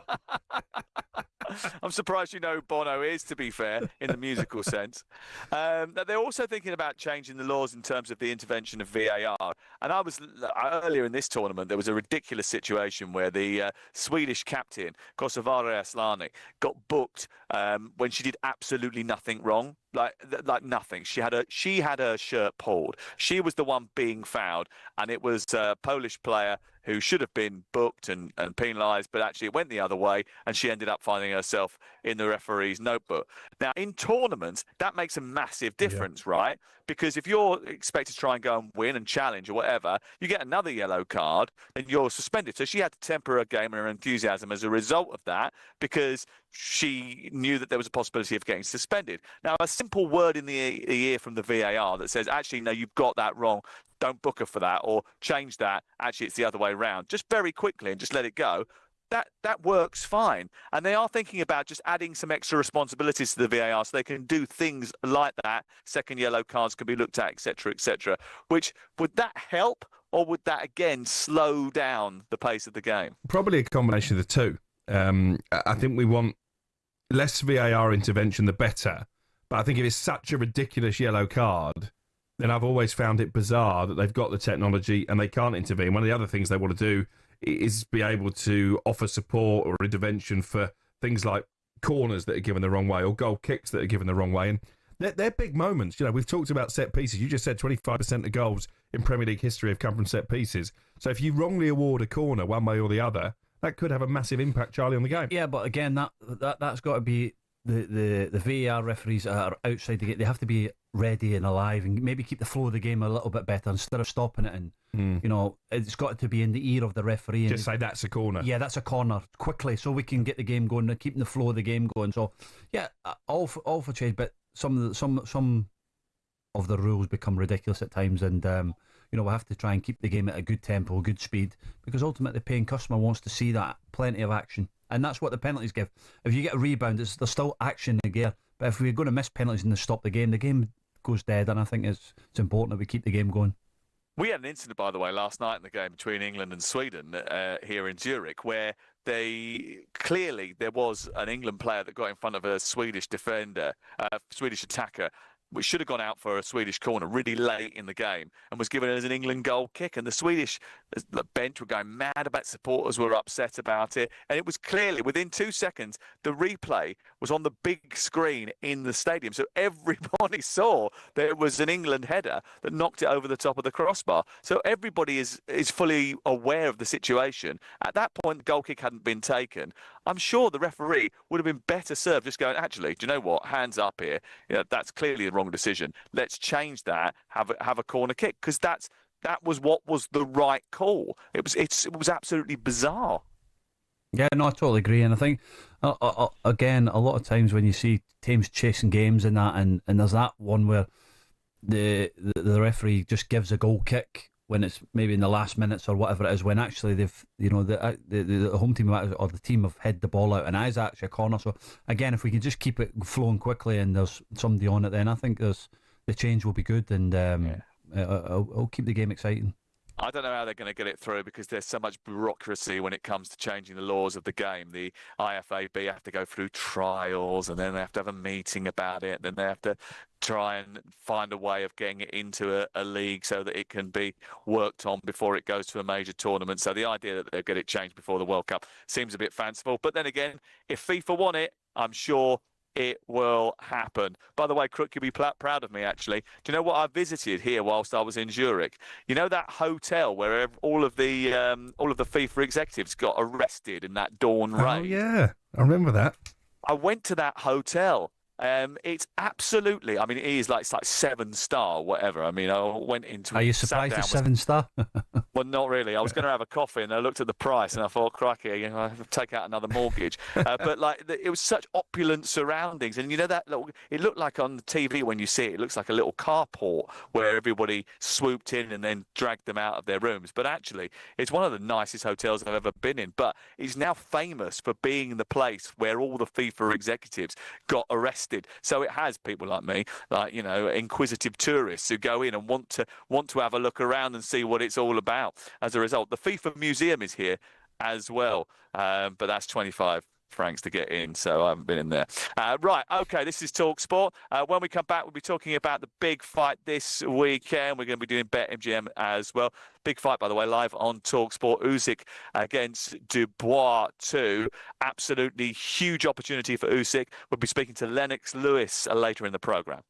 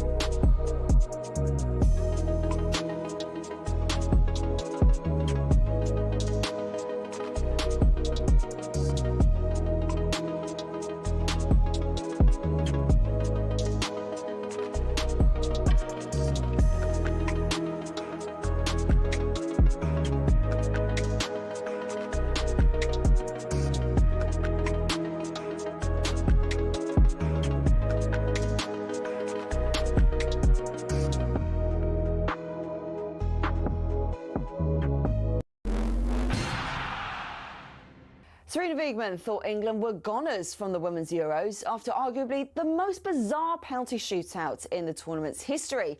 Sweden were leading the Lionesses 2-0 until the last 11 minutes of the game. 9 out of the 14 spot kicks were then missed or saved. Well, when you miss so many penalties, then I was really concerned. So, okay, now it's done. And then they missed again. So that needs a little bit of luck, of course, that they then miss. For them, of course, the most horrible way to go out of a tournament, and yeah, for us, maybe even more exciting. Meanwhile, tomorrow at Wembley, we'll see Daniel Dubois take on Alexander Usyk again in an undisputed world heavyweight title fight. Heavyweight boxer Dave Allen reckons it's gonna be interesting. Usyk's undefeated. He's one of the best heavyweights one of the best fighters of all time. So I think Daniel can go in there and the pressure's off, and I think he's got a chance. talkSPORT will have live comms of all of tomorrow's fights with build-up beginning at 6 p.m. And from the West Coast to the Welsh Coast, Snoop Dogg's become an investor and co-owner of Swansea City. It's after he launched the team's home kit for the 2025-26 season last weekend. For more on these stories, head to talksport.com.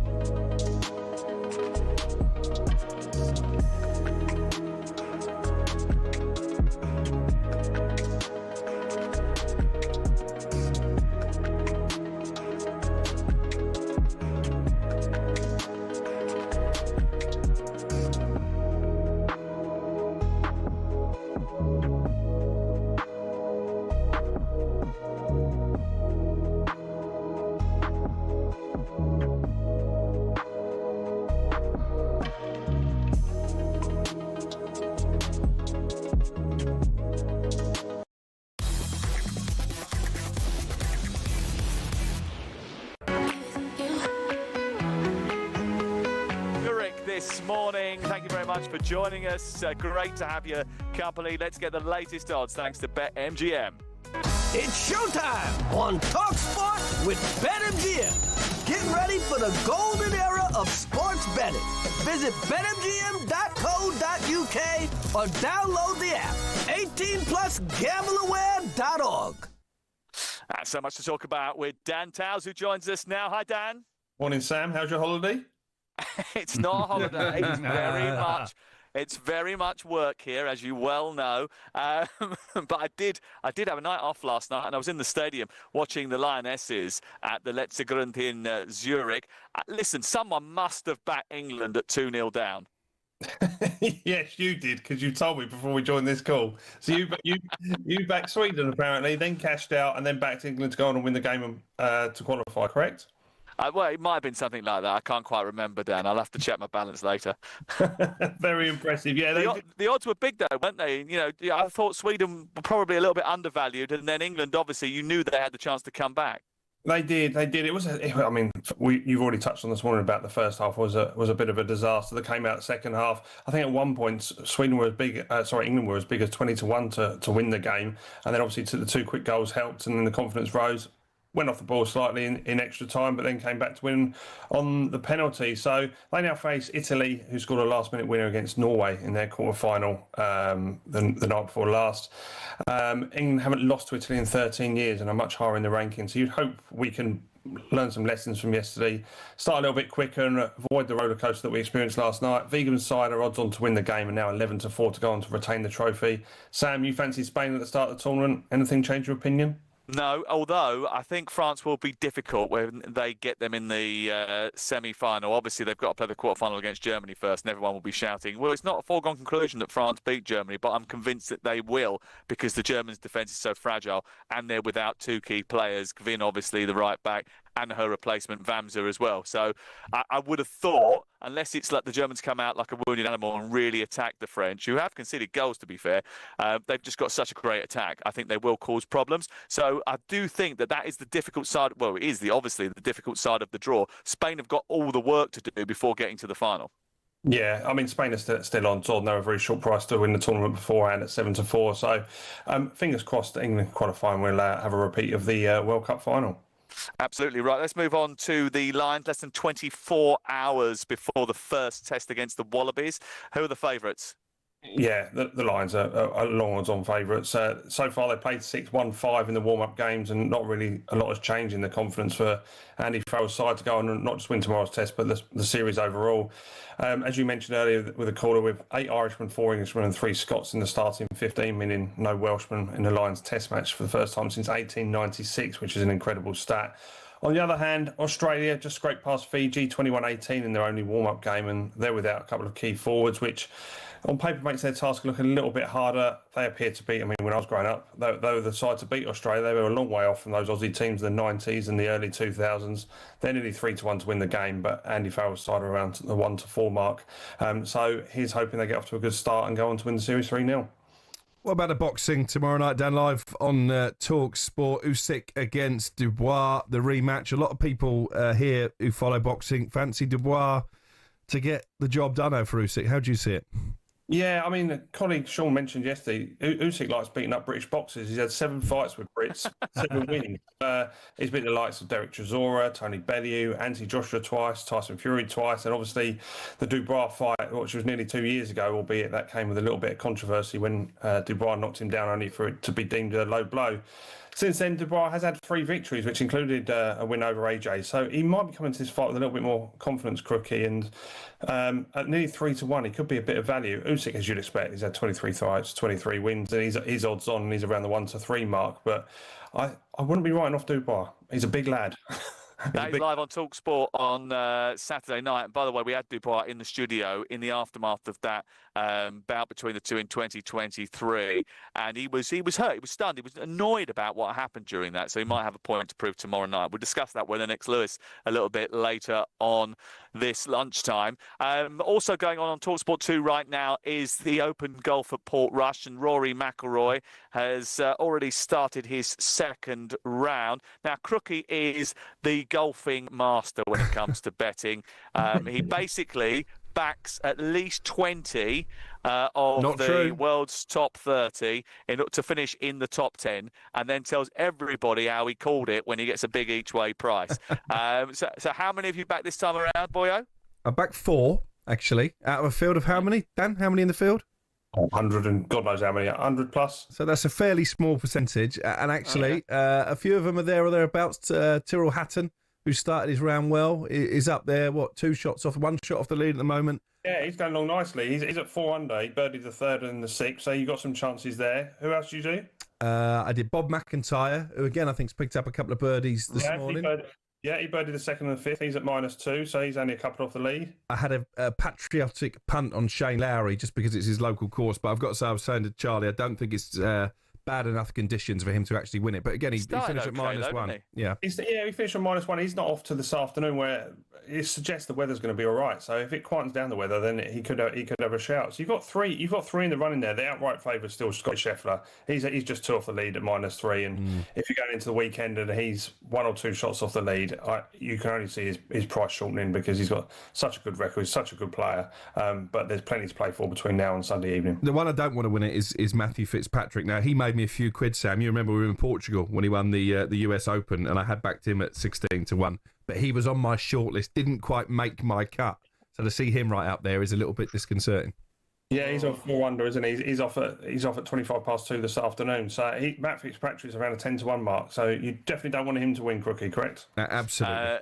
I can't remember that particular time in Portugal, Crookie. I mean, there's been so many times when you've had these massive, outlandish, great big bets that have won you at least £2.60 that you haven't stopped talking about, that they all merge into one. Crookmeister, thank you very much. Thank you very much, Dan Towles. Appreciate that. That's the latest odds, all thanks to BetMGM.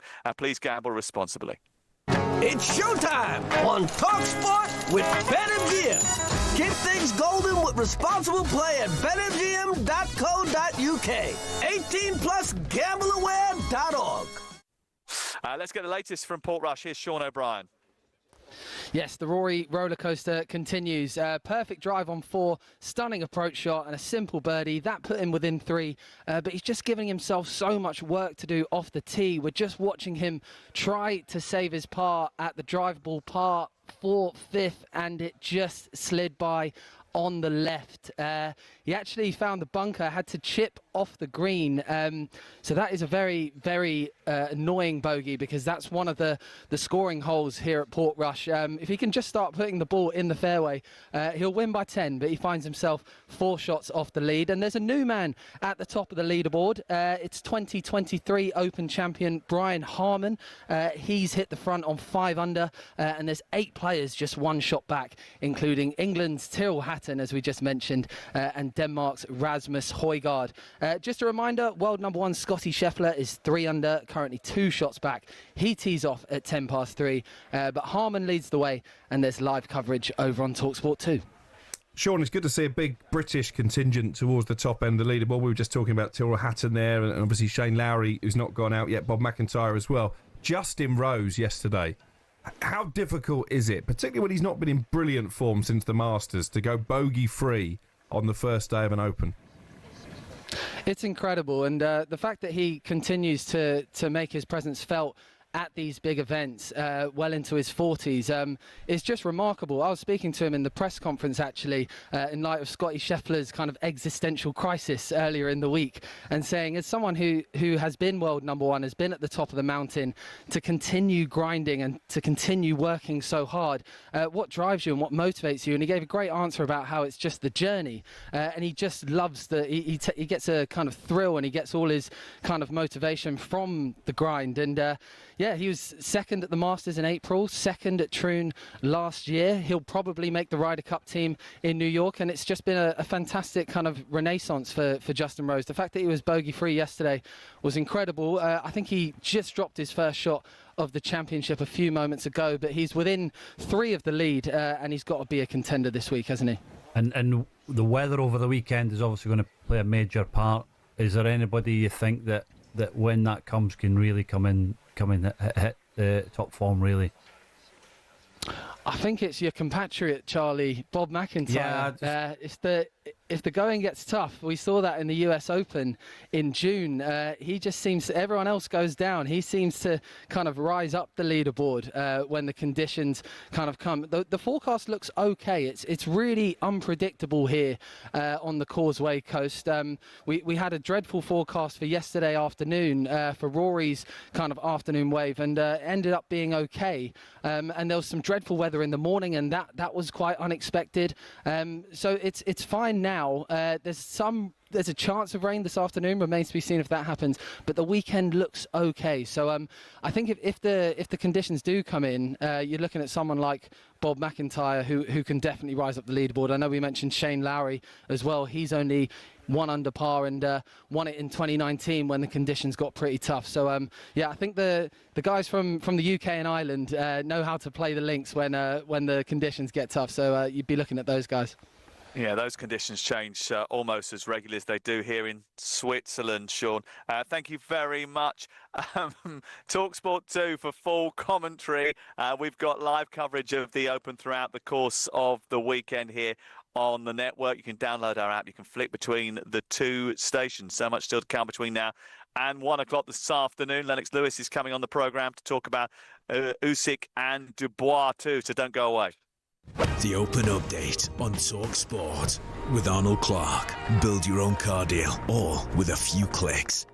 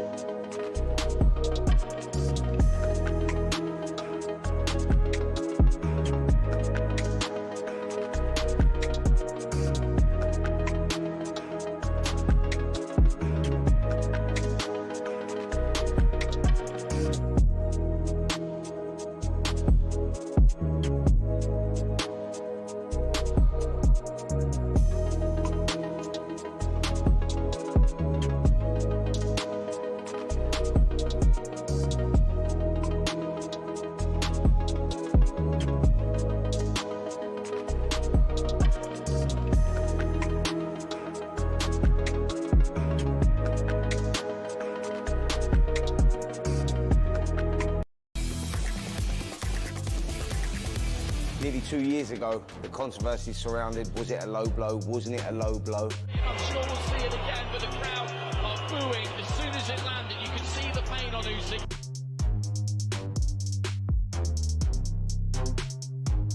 This is what I want, and now we're getting it on the big show, and yeah, we're going to put it right. Gets Dubois going, and now Dubois coming back.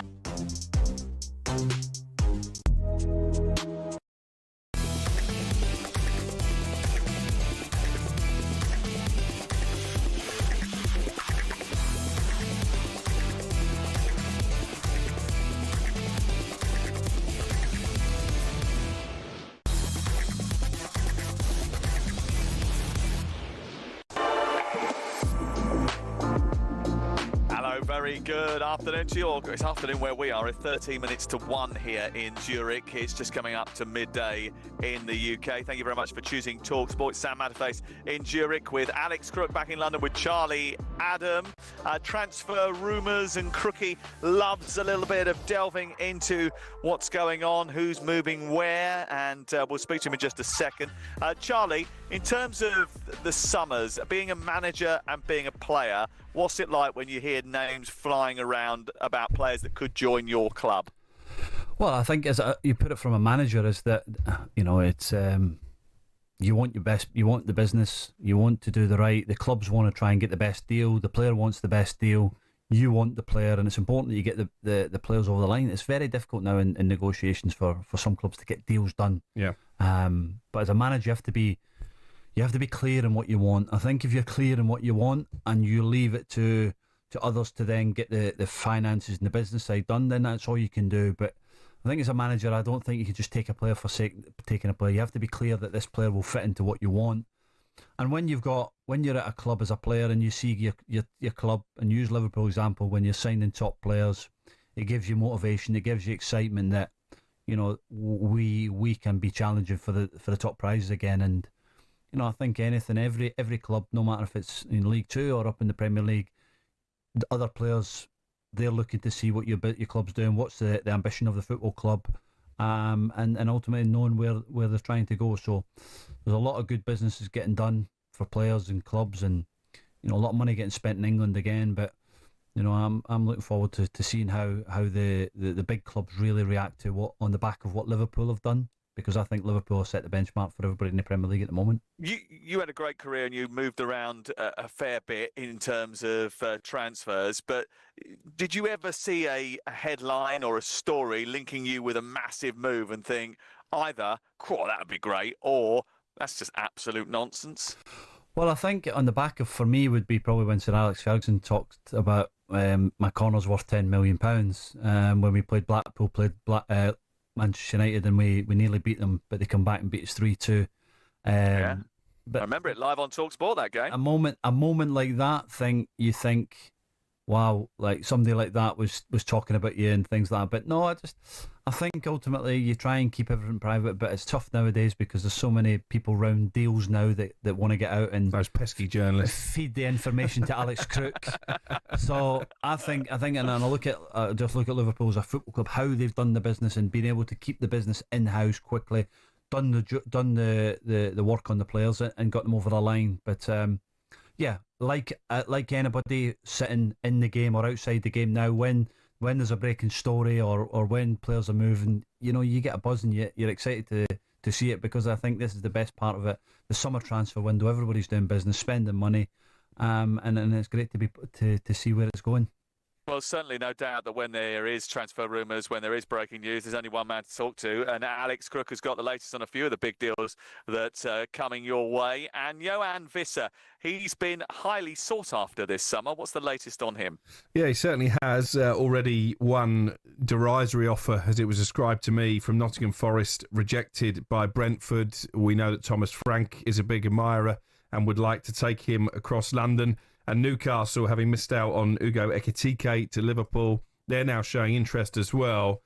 I don't think it's a coincidence that Manchester United slapped in that third and final bid for Bryan Mbeumo yesterday, when news of Newcastle's interest in Wissa first started to hit the airways, because Brentford, I think, have made it pretty clear their plan is not to lose both their top scorers from last season. And Mbeumo is going to go. I was always confident that he would end up at Manchester United. They've just taken the long way round in terms of negotiations.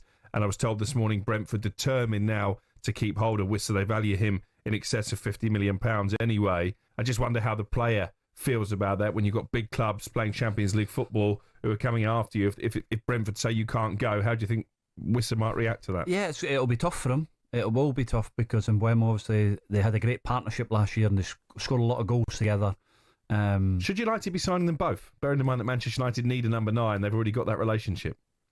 Well, there is that option, and you know, to buy that, but it'd be expensive. And we feel, and only from the outside, and you'll know me bigger than me because you're a Manchester United fan, is that what type of money Manchester United have to spend. You know, and that financial fair play is a big problem for a lot of clubs in the Premier League. So it's not cheap. You know, that I think the Mbeumo deal is an expensive deal, but he's earned that right in terms of his performance and the quality that he has. I'd be interested to see what then happens to Hoyland now if they do sign Mbeumo. I remember you being the subject of a bid. Obviously, you went from Blackpool to Liverpool. You were at Rangers.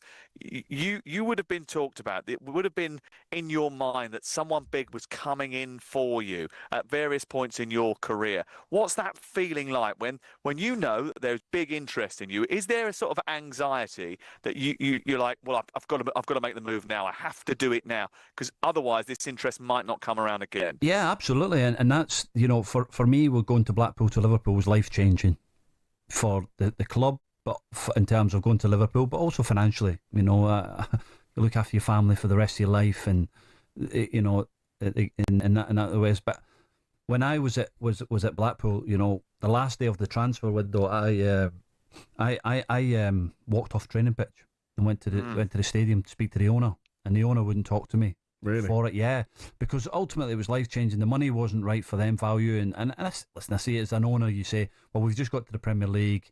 To stay in the Premier League is worth more than selling you for the value of what we feel for you.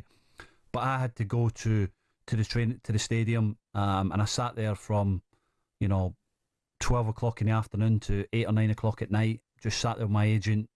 A few calls from everybody. I read that. I'd obviously managed to get in contact, and at times Spurs come late for me as well. But yeah, it was difficult because of that moment. But you know, is that the kind of scenario that we're talking about when people say they want to force through a move? Is that an example of doing that? Yeah, I think it's forcing it, and you look back and you think that's so wrong. And now, and as a manager, I've had it in the last year or so when I was at Fleetwood. I was clear to the players, if you want to leave, come and see me and we'll try and help it. And I know that it can't always be that easy, and players and clubs want as much money as we can. But I said to one player that didn't want to train is that the only person that's going to be affected from this is you. Because if you don't train for a week and you go there and you get injured and you're out for 6 weeks, pull a hamstring. So you have to try and show the right mentality and the right attitude to train every day. Yeah, it's difficult. Come and speak to me after training. We'll have it. We'll try and go for it. Go for a walk, have a coffee. We'll try and get a deal done. But you have to train and be prepared, ready for that. So I see these players now that try and kick off, and it doesn't work. It's not going to happen. Be respectful. The club have paid your wages. They look after you, and you have to try and get it going. But it is difficult for the players. How are you feeling if you're Morgan Gibbs-White right now, though? Because there's a release clause in your contract. A club playing Champions League football, a bigger club than the one you're currently playing for, no disrespect to Forest, have indicated a willingness to trigger that release clause. And the owner is not playing ball. That's difficult. But again, Gibbs-White has to still be professional because he has to honour his contract at Nottingham Forest, and he has to do that. It's difficult in terms of what's the scenarios are there. And of course, Nottingham Forest are not happy, and they said it was to the exact pounds. Of course they're going to know, Tottenham, and everybody's going to know what the buyout clause is because of the agent, and they talk to the agent, and so it's very difficult. But I expect, if that is right, that something will happen. Gibbs-White doesn't want to be there anymore, it doesn't look like, and it's hard for the player to do that. I think he's done a brilliant job in terms of going there as a player and lifting Nottingham Forest to the level that he has, and he's earned the right to go. Well, earned the right. His performance have given them the opportunity for Tottenham to come and buy him, and it's now up to Tottenham and Nottingham Forest to do a deal for him. Well, you can understand why Nottingham Forest don't want to lose him. He's taken them into what, at the moment, looks like the Europa League as well, doesn't it? Kyle Walker-Peters, relegated with Southampton, but is going to go to West Ham. Is that right, Crook? Yeah, this has been a really interesting story over the last couple of days because Besiktas, now managed, of course, by Ole Gunnar Solskjaer over in Turkey, they released... I saw this, yeah. Yeah, they released a statement saying they'd agreed a deal with Kyle Walker-Peters, a medical had been booked, and then they had to release a follow-up statement saying, do you know what, actually, the player has changed his mind. The deal is off. And obviously what's happened here, and he's been on West Ham's radar for some time. I think I remember writing about Kyle Walker-Peters and West Ham in my notebook towards the back end of last year.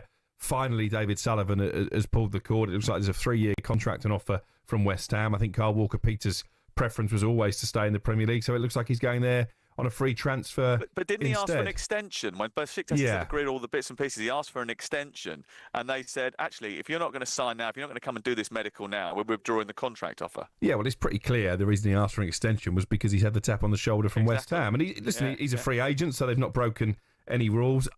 I'm a little bit surprised, and I think he is too, that he's been at Southampton, for 3 years now, sort of waiting for one of the big clubs to come in for him. He's a free agent this summer.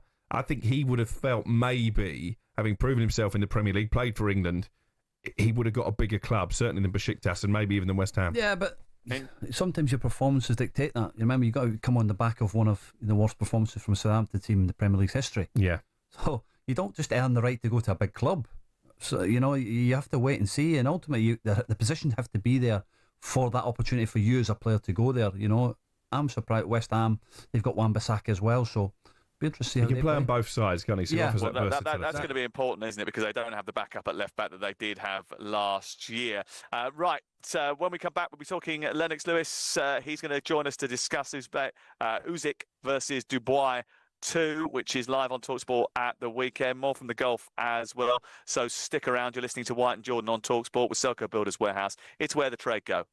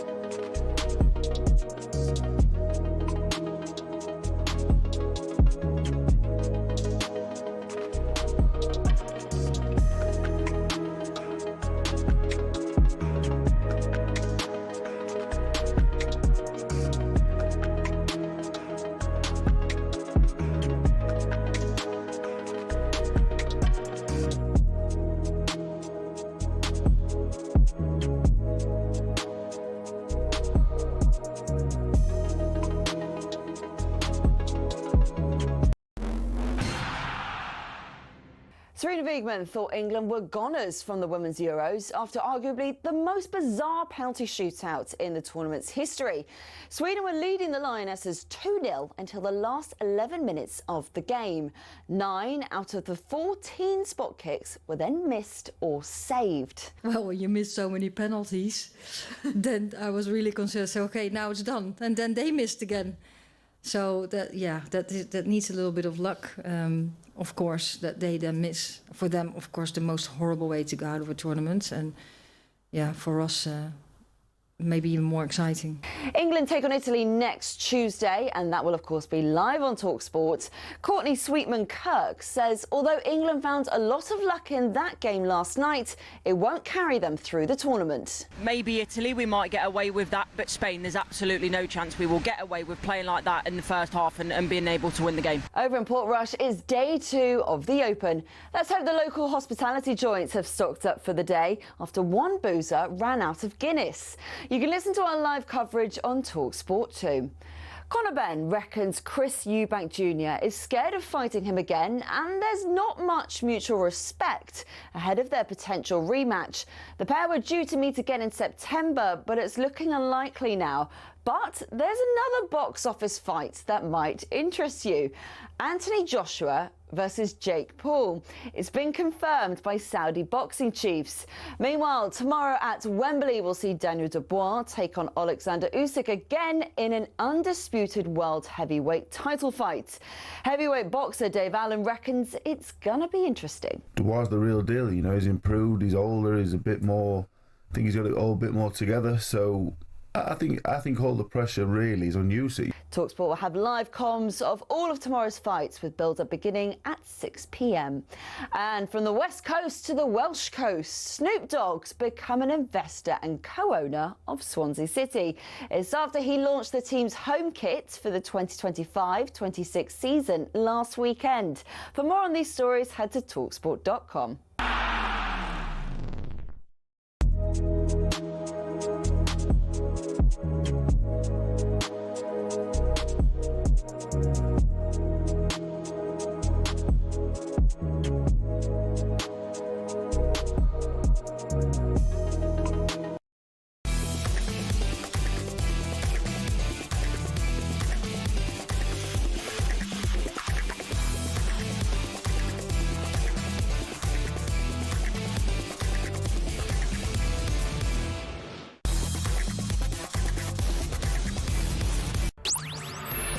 It's Friday afternoon, it's talkSPORT, it's Sam Matterface alongside Alex Crook and Charlie Adam. Today I'm live in Zurich. The Lionesses have rolled on to the semi-finals of the European Championship thanks to a penalty victory last night here in this great city. Loads more football to come over the weekend. Spain, Switzerland tonight from this competition is on talkSPORT 2. The weekend sees us take in France against Germany on Saturday night as well. It's going to be an absolutely huge clash. And of course we have boxing and the Lions' first test tomorrow as well. Bit of news from Jude Bellingham, who has confirmed that he's had his surgery on a shoulder injury. He sent an Instagram post in the last few minutes thanking Andrew Wallace and Susan Alexander, their team, and everyone at the 40th Clinic for surgery and hospitality. To Ivan Ortega and Dr. Leyes for travelling to support him, and finally to everyone else for all the well wishes and messages of love. The process to come back has already started. This was a planned surgery that he was always going to have after the Club World Cup. Thomas Tuchel, I think, had mentioned it a couple of times that he'd been playing probably for too long with an injury, and as a result of that needed to have that done, and he has now had that surgery on the shoulder injury. It probably will keep him out for a couple of months, and he won't play in the first England internationals of the new season. Now tomorrow night the undisputed heavyweight title is on the line as Usyk takes on Dubois, so let's take a look ahead to the fight now with DAZN. Big fight preview on talkSPORT with DAZN. Watch Usyk versus Dubois on the 19th of July. Live only on DAZN. Buy now at DAZN.com/boxing. Well, there's been some iconic fights over the years at Wembley Stadium. 90,000 people will be packed in there tomorrow night. Live commentary on talkSPORT of Usyk against Dubois 2. And Spencer Oliver is waiting for us. Hi, Spencer. Yeah, thanks, Sam. Yeah, I am waiting for you, and I'm here with Britain's former undisputed heavyweight champion, Mr. Lennox Lewis. Lennox, how are you doing? Hey, I'm doing good. Brilliant. Listen, we've got a huge fight tomorrow night. Daniel Dubois tries to take your crown, your throne, and become Britain's next undisputed champion against Alexander Usyk. Firstly, can he do it? Yes, he can do it. He's there. He's, you know, he's proven his points. He's gone through his trials and tribulations, and he's made it. He's there. He's at the top. Lennox, just how good do you think Alexander Usyk is? If he wins this fight on Saturday night, he's beat Anthony Joshua twice, Tyson Fury twice, now Daniel Dubois twice. Will he go down in history as one of the greatest heavyweights ever to do it? Oh, absolutely. I mean, this man's amazing. You know, his work ethic in the ring, his work out of the ring. You know, he's basically got an entire country behind him, and you know, all his comrades in his army, they're looking up to him. So he's not only boxing for the world, he's boxing for his country as well. If you was comparing Usyk to other cruiserweights that move up to heavyweight, and let's use Evander Holyfield as an example. Evander Holyfield was a great heavyweight of your era. Yes. Is Alexander Usyk better than Evander Holyfield was back then? I mean, he was undisputed cruiserweight champion, now undisputed heavyweight champion, looking to do it for a second time. But who would you rank as the best out of Usyk and Evander Holyfield? Well, you know, I can't put down Evander Holyfield. I think, you know, they're both close and different, you know, different fighters, but yet the task that they did was a big task, actually move from cruiserweight to heavyweight, and both of them did it well. Evander Holyfield, for me, boxing Evander Holyfield, he was one of the best heavyweights I ever boxed because of the fact that he had great defense, great offense, and to beat him, to me, I had to be first and last with my punches. And, you know, I was thinking when I boxed him, I got to throw more punches than him, and I did. And that's exactly what Daniel Dubois is going to have to do now. Daniel Dubois is trying to do something that you done and you overcome. You overcome your defeats in your career. Right. You've done it against Oliver McCall and Hussein Rachman. Yeah. You went in there a second time. What does Daniel Dubois have to do differently to what he done out in Poland in 2023? Well, for me, you know, if it was me, I would say, you know, starting first and finishing last is very important. And, going after Alexander Usyk, you know, he's not a true heavyweight, so I would bring my heavyweight size onto him and definitely push him back to the ropes and hit him with my jab. I've got an arsenal filled with punches I can throw at any given moment, and so does Daniel. He can throw that uppercut, he can throw that hook, he can throw that right hand, so he's just got to use those weapons that he has. Does Daniel Dubois have the boxing IQ to be able to adapt and adjust if things are not going his way? He's got a great corner, and you know, that's the main thing. When you have a great corner in the ring with you, they help you. And Daniel, he's growing all the time. His IQ is growing all the time. So you know, I feel pretty positive. Timing is everything in boxing. We know that, and we've seen Daniel grow from 2023, the last time that he boxed Usyk, to now, and this is a great opportunity. Ironically, Lennox, and something I'm going to tell you now that you don't know, and this could be a sign. The ring that we used to use when we were training in the Lennox Lewis College, the ring that was yours, and it's now the ring that is in the barn with Daniel Dubois and Don Charles uses. He took it off the late, great Dean Powell. And that is the same ring that you used, that Daniel Dubois is using now. Is that a sign? It's a good sign. It's a good sign. I hope the sign comes true. Absolutely, absolutely. You know what, they talk about it all the time, and they use that and feed off that. You know, they look up to people like yourself who inspire them, you know, and it's a great opportunity for Daniel. How much better do you think he is from 2 years ago? Oh, a lot better. This is not the same Daniel Dubois that's coming in the ring. This is a guy that's been there. He's been like inches away from the title, and now he has another chance at it. So I know he's trying not to make, you know, it happen twice. He wants to come through as a winner, as a champion. So he has to impose himself. His size is important in this one, right? You've done that with Evander Holyfield. Right. You gotta impose your size. You gotta push him back to the ropes and throw your combinations. I mean, you hurt him the first time, you can hurt him the second time too. I mean, Lennox, that's easier said than done when we're talking about that, because you know, like, Usyk is great with the feints. He goes up, he goes down, everything else. If Usyk takes that centre of the ring, is that a big thing, or does Daniel need to impose himself straight away? I think Daniel needs to impose himself straight away because, you know, Usyk's going to try and move around and be slippery. You can't make a guy move around and be slippery. You got to force him to a corner, force him to the ropes, force him to exchange with you, and hopefully that you come out on top.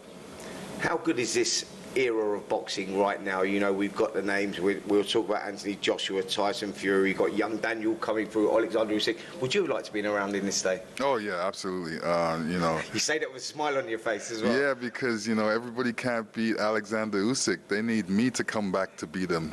So I would love to would have had a fight with him. I think it would have been a great fight, and up against a master boxer like Alexander Usyk. How would you have gone about that? Beating him?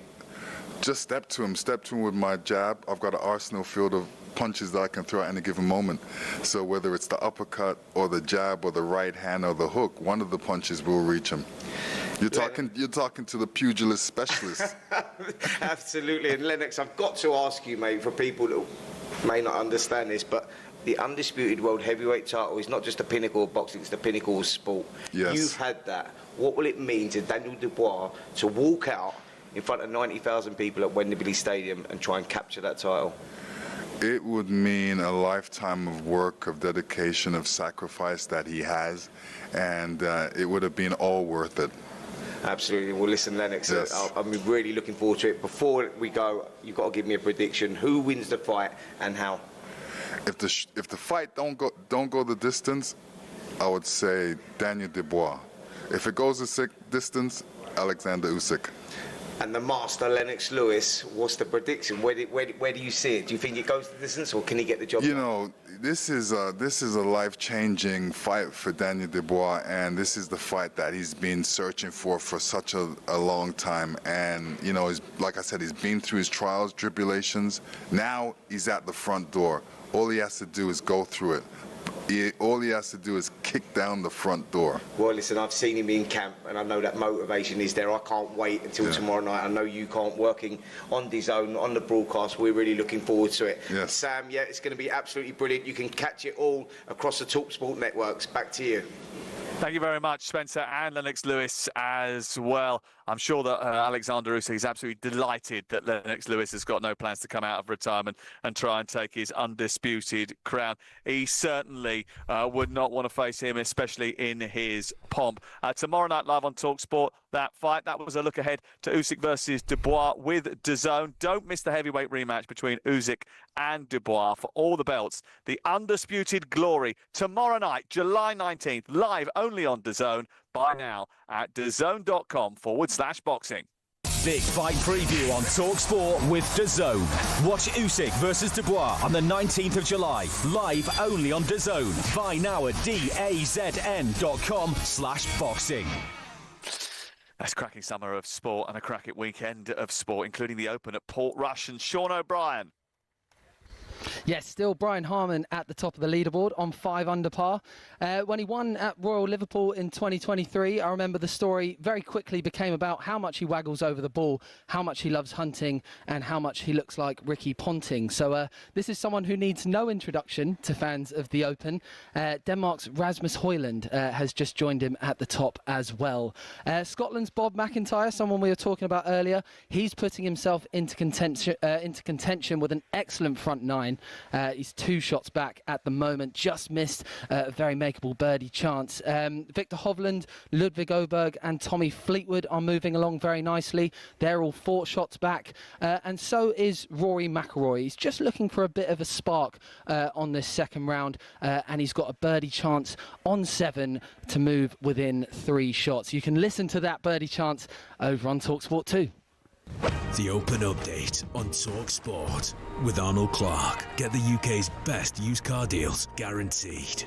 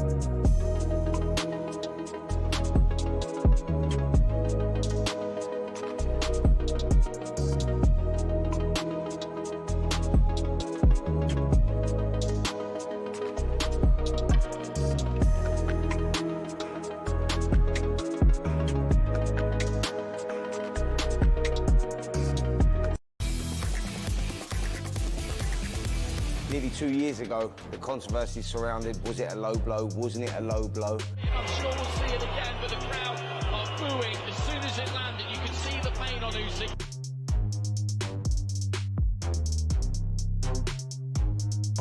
what I want, and now we're getting it in the big show, and gonna put it right. Gets Dubois going, and now Dubois coming back.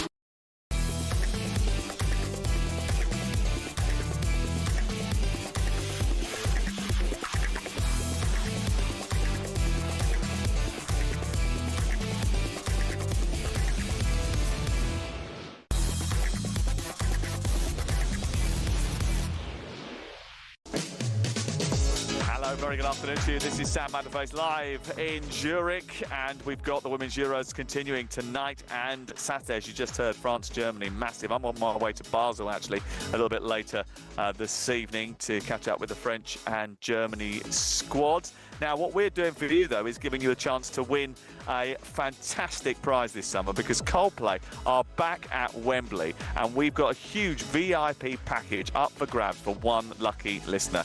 We're giving you the chance to win 6 tickets in a private box for you and your mates, August the 22nd, full hospitality, plus we're chucking in 10 grand spending money as well, completely tax-free. And for a chance to win, you can text the word WIN to 83338 by the 4th of August, 11 p.m, and you would get in the draw. Text costs £2 plus one standard network rate.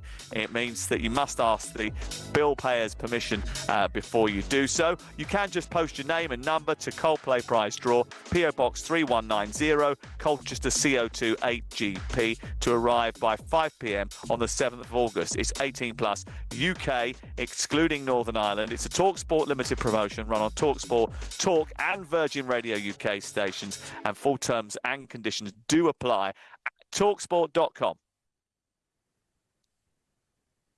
Right, OK, let's move on to this survey that's been published in the last 24 hours. The latest football disorder statistics have shown an 18% increase in the number of football matches with reported incidents across England and Wales. I think there were 1,583 in 2024-25 compared to 1,341 in 23-24. Now, basically, it means at least one incident was reported at more than half of the 3,000 matches that were played last season, from the Premier League down to the National League, games in the FA Cup, League Cup, Football League Trophy, Champions League, Europa League, Conference League, and international fixtures. Is this showing, Crookie, that we think that the reporting of these situations that do develop at football matches when tempers are running high and when people are losing their faculties are getting better? The reporting mechanisms are getting better, or are we seeing an increase in these types of incidents, do you think? I think probably a combination of the two, but I don't think necessarily this is purely a football matter. I think it's probably a reflection of where we are as a society. There's a lot of angry people in the world for reasons that we could probably do an entire show on, but I think the fact the authorities are trying to clamp down, they're keeping these kind of statistics, obviously with the support of the club, I think is a positive thing. And I think also there's a fair amount of self-policing that goes on at football now. I'd like to think that the majority of people who attend matches, if they see any form of racism or hate crime, they will report it to the relevant authorities. Do you think the football authorities are doing enough, Charlie, to address the root causes of hate crime and within fan bases? Because you as a manager would have had to have dealt with numbers of incidents of players getting irate about the treatment that they've been receiving as well. Yeah, and again, there's a rise, so obviously we're not doing enough. It's not like the numbers are coming down. So the clubs, the police have to get together and find individuals or people that are doing this, and we need to ban them. We have to try and keep them out the ground. It's very difficult, but no, I don't think we keep learning. We can keep getting better every season. But these numbers rise in 18%. It's a big rise, 18%, and so. Need to keep doing more and keep trying to have people that can help with that and report things that are coming around, because if not, You know, I like to go to games myself. Sometimes I like to have, you know, some nice seats, but also I like to go in with the supporters, and even with, you know, going to with my kids and that. Some grounds that you think, I'm not so sure we can go there because of what is there, especially the away fans. But it's that's where the atmosphere is. The away supporters are normally the best ones, and they bring a better atmosphere. So no, we have to try and help as supporters to make it better and make it a better experience for people that are travelling the length of the country to have a better experience going and watching the football team. And I think one of the things we should point out is that over the course of the last 30, 40 years, we have improved the experience of going to football. It is a much better environment than maybe it was 3, 4 decades ago. But what we want to make sure is that it doesn't go back that way. And I thought what stood out for me more than anything else in the numbers was the huge rise in the number of fans that were arrested for the possession of Class A drugs over the last 3 seasons. That seems to be a trend, especially since lockdown, which has started to become more prevalent, Crook. And again, I think that's a problem with society as opposed to just football. As you know, I'm a big horse racing fan. We've got Glorious Goodwood on the horizon, really looking forward to that. I'm going to be there Tuesday till Friday. But I made a decision a number of years ago not to go on the Saturday because that tends to bring the wrong kind of crowd to the meeting, shall we say, when you see incidents like this. You know, racing are trying to combat it. They've got sniffer dogs on every gate, but still people seem to get these substances into the venues. So again, I think obviously we're talking about the stats in football, but I think the use of Class A drugs at sporting events, and probably chuck boxing into the mix as well, I think is a problem that the authorities need to get a hold of. Well, it's become a societal issue, so therefore it has crept into the sporting events as well, as you were saying. But despite the increase in the number of football-related incidents, the number of arrests at matches actually has fallen by 11%. And you just wonder, actually, if this is a lack of financial support catching up with the police, because clubs themselves often resist the sort of the need maybe to pay for football policing, and there's always an ongoing battle as to whose bill it is that should be paid here. Should it be the responsibility of the clubs to pay for policing in and around football stadiums, or should it be the police's responsibility to staff that in a manner to ensure that it is safe to play the football matches? Is it a chicken and egg situation? What is the preference here? Should football be doing more? Should be spending more of its money on making sure that the game is safe for the supporters? Probably at the top level. You know, you look at the money that's in the Premier League now. I think those Premier League clubs can afford to be self-sufficient and pay for their own police. Although having said that, very few of them actually turn a profit on the balance sheet. But I think you need to meet in the middle, really, because I know the police have been quite firm on this, that clubs should put a lot more money into the kitty. But the club's argument would be how much they bring to the local community. You know, if you've got a big football club in your town, you've got, it's packed to the rafters every weekend. That's obviously good for the local economy. So I think there needs to be a little bit of common ground. At the moment, it seems like a battle between the police and the football clubs. I'm not sure it should be that way. Well, 2023-24, the police bill, according to the UK FPU, which I think is the Football Policing Unit figures, was £71.6 million. And actually, out of that, 56 million came from the public purse, which means the majority is being funded by the public. And then you can imagine that if that is the case, the public, will, especially at a time when spending is tight for the government, will start thinking to themselves, hold on a second, that this needs to be sort of brought into a little bit more control, so under a little bit more control. Maybe the Premier League in particular should be financing a little bit more of that. What is clear, though, Charlie, is that by highlighting these figures and by making sure that people are aware that arrests will go up or that figures are being monitored, is that it puts people on notice that if you do misbehave in a football environment, you will be sought after. Yeah, absolutely. And I think that's key, is that we've got no time for it. We do want to have a brand, especially the Premier League, because it's so high profile, but other clubs as well, from Championship down. We don't want to see these incidents. We want a clean game and enjoyable. Yeah, of course you want to have rivalry and you want to have, the excitement of the best teams and teams playing against each other. But when you have a minority of people that spoil it for everybody, then I don't think it looks good for us. But again, it's always nice to see, not nice, but to have these figures come out. And again, they're always going to be a battle between the police and the clubs because, again, like Alex says, that there's a lot of good things come to these towns and these cities at the weekend. But there'll be a battle until it's resolved. But it's we have a brilliant game. We have a brilliant product in terms of an English football, and we have to try and keep it moving all the time because there is a lot of tough places to go abroad in different situations in terms of racism and that. But in this country, we have a brilliant product, and we have to try and keep improving it as we can. One of the things we should say is that a lot of clubs in particular do a lot of community initiatives to ensure that the areas around the stadium are safe for everybody and that they work with the local community. They try to help kids who do. Sometimes kids make mistakes and do silly things. I know examples of football clubs who have worked with people who probably would have got football banning orders on other circumstances, but the way they worked with them to take their season ticket away, told them how to re-earn it back, was a way of managing the disorder so that it doesn't reoccur. And actually quite bright sort of innovative campaigns in the EFL certainly highlight those over the course of the season with their award ceremonies at the end of the campaign. And also, again, not just the local football community trusts, but fans groups do a lot to try and ensure that the environment is positive inside the stadium as well. You are listening to talkSPORT. It's Sam Matterface with Alex Crook and Charlie Adam. We're with Selco Builders Warehouse. Check out this month's real deals at selcobw.com.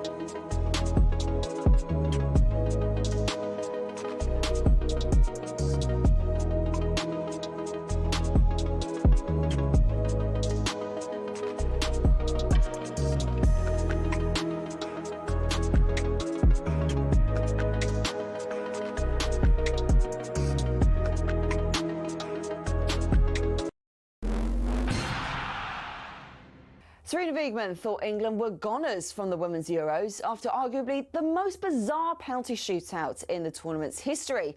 Sweden were leading the Lionesses 2-0 until the last 11 minutes of the game. 9 out of the 14 spot kicks were then missed or saved. Well, when you miss so many penalties, then I was really concerned. So, okay, now it's done. And then they missed again. So that needs a little bit of luck, of course, that they then miss. For them, of course, the most horrible way to go out of a tournament, and for us, maybe even more exciting. Meanwhile, tomorrow at Wembley, we'll see Daniel Dubois take on Alexander Usyk again in an undisputed world heavyweight title fight. Heavyweight boxer Dave Allen reckons it's gonna be interesting. Usyk's undefeated. He's one of the best heavyweights one of the best fighters of all time. So I think Daniel can go in there and the pressure's off, and I I think he's got a chance. talkSPORT will have live comms of all of tomorrow's fights with build-up beginning at 6 p.m. And from the West Coast to the Welsh Coast, Snoop Dogg's become an investor and co-owner of Swansea City. It's after he launched the team's home kit for the 2025-26 season last weekend. For more on these stories, head to talksport.com.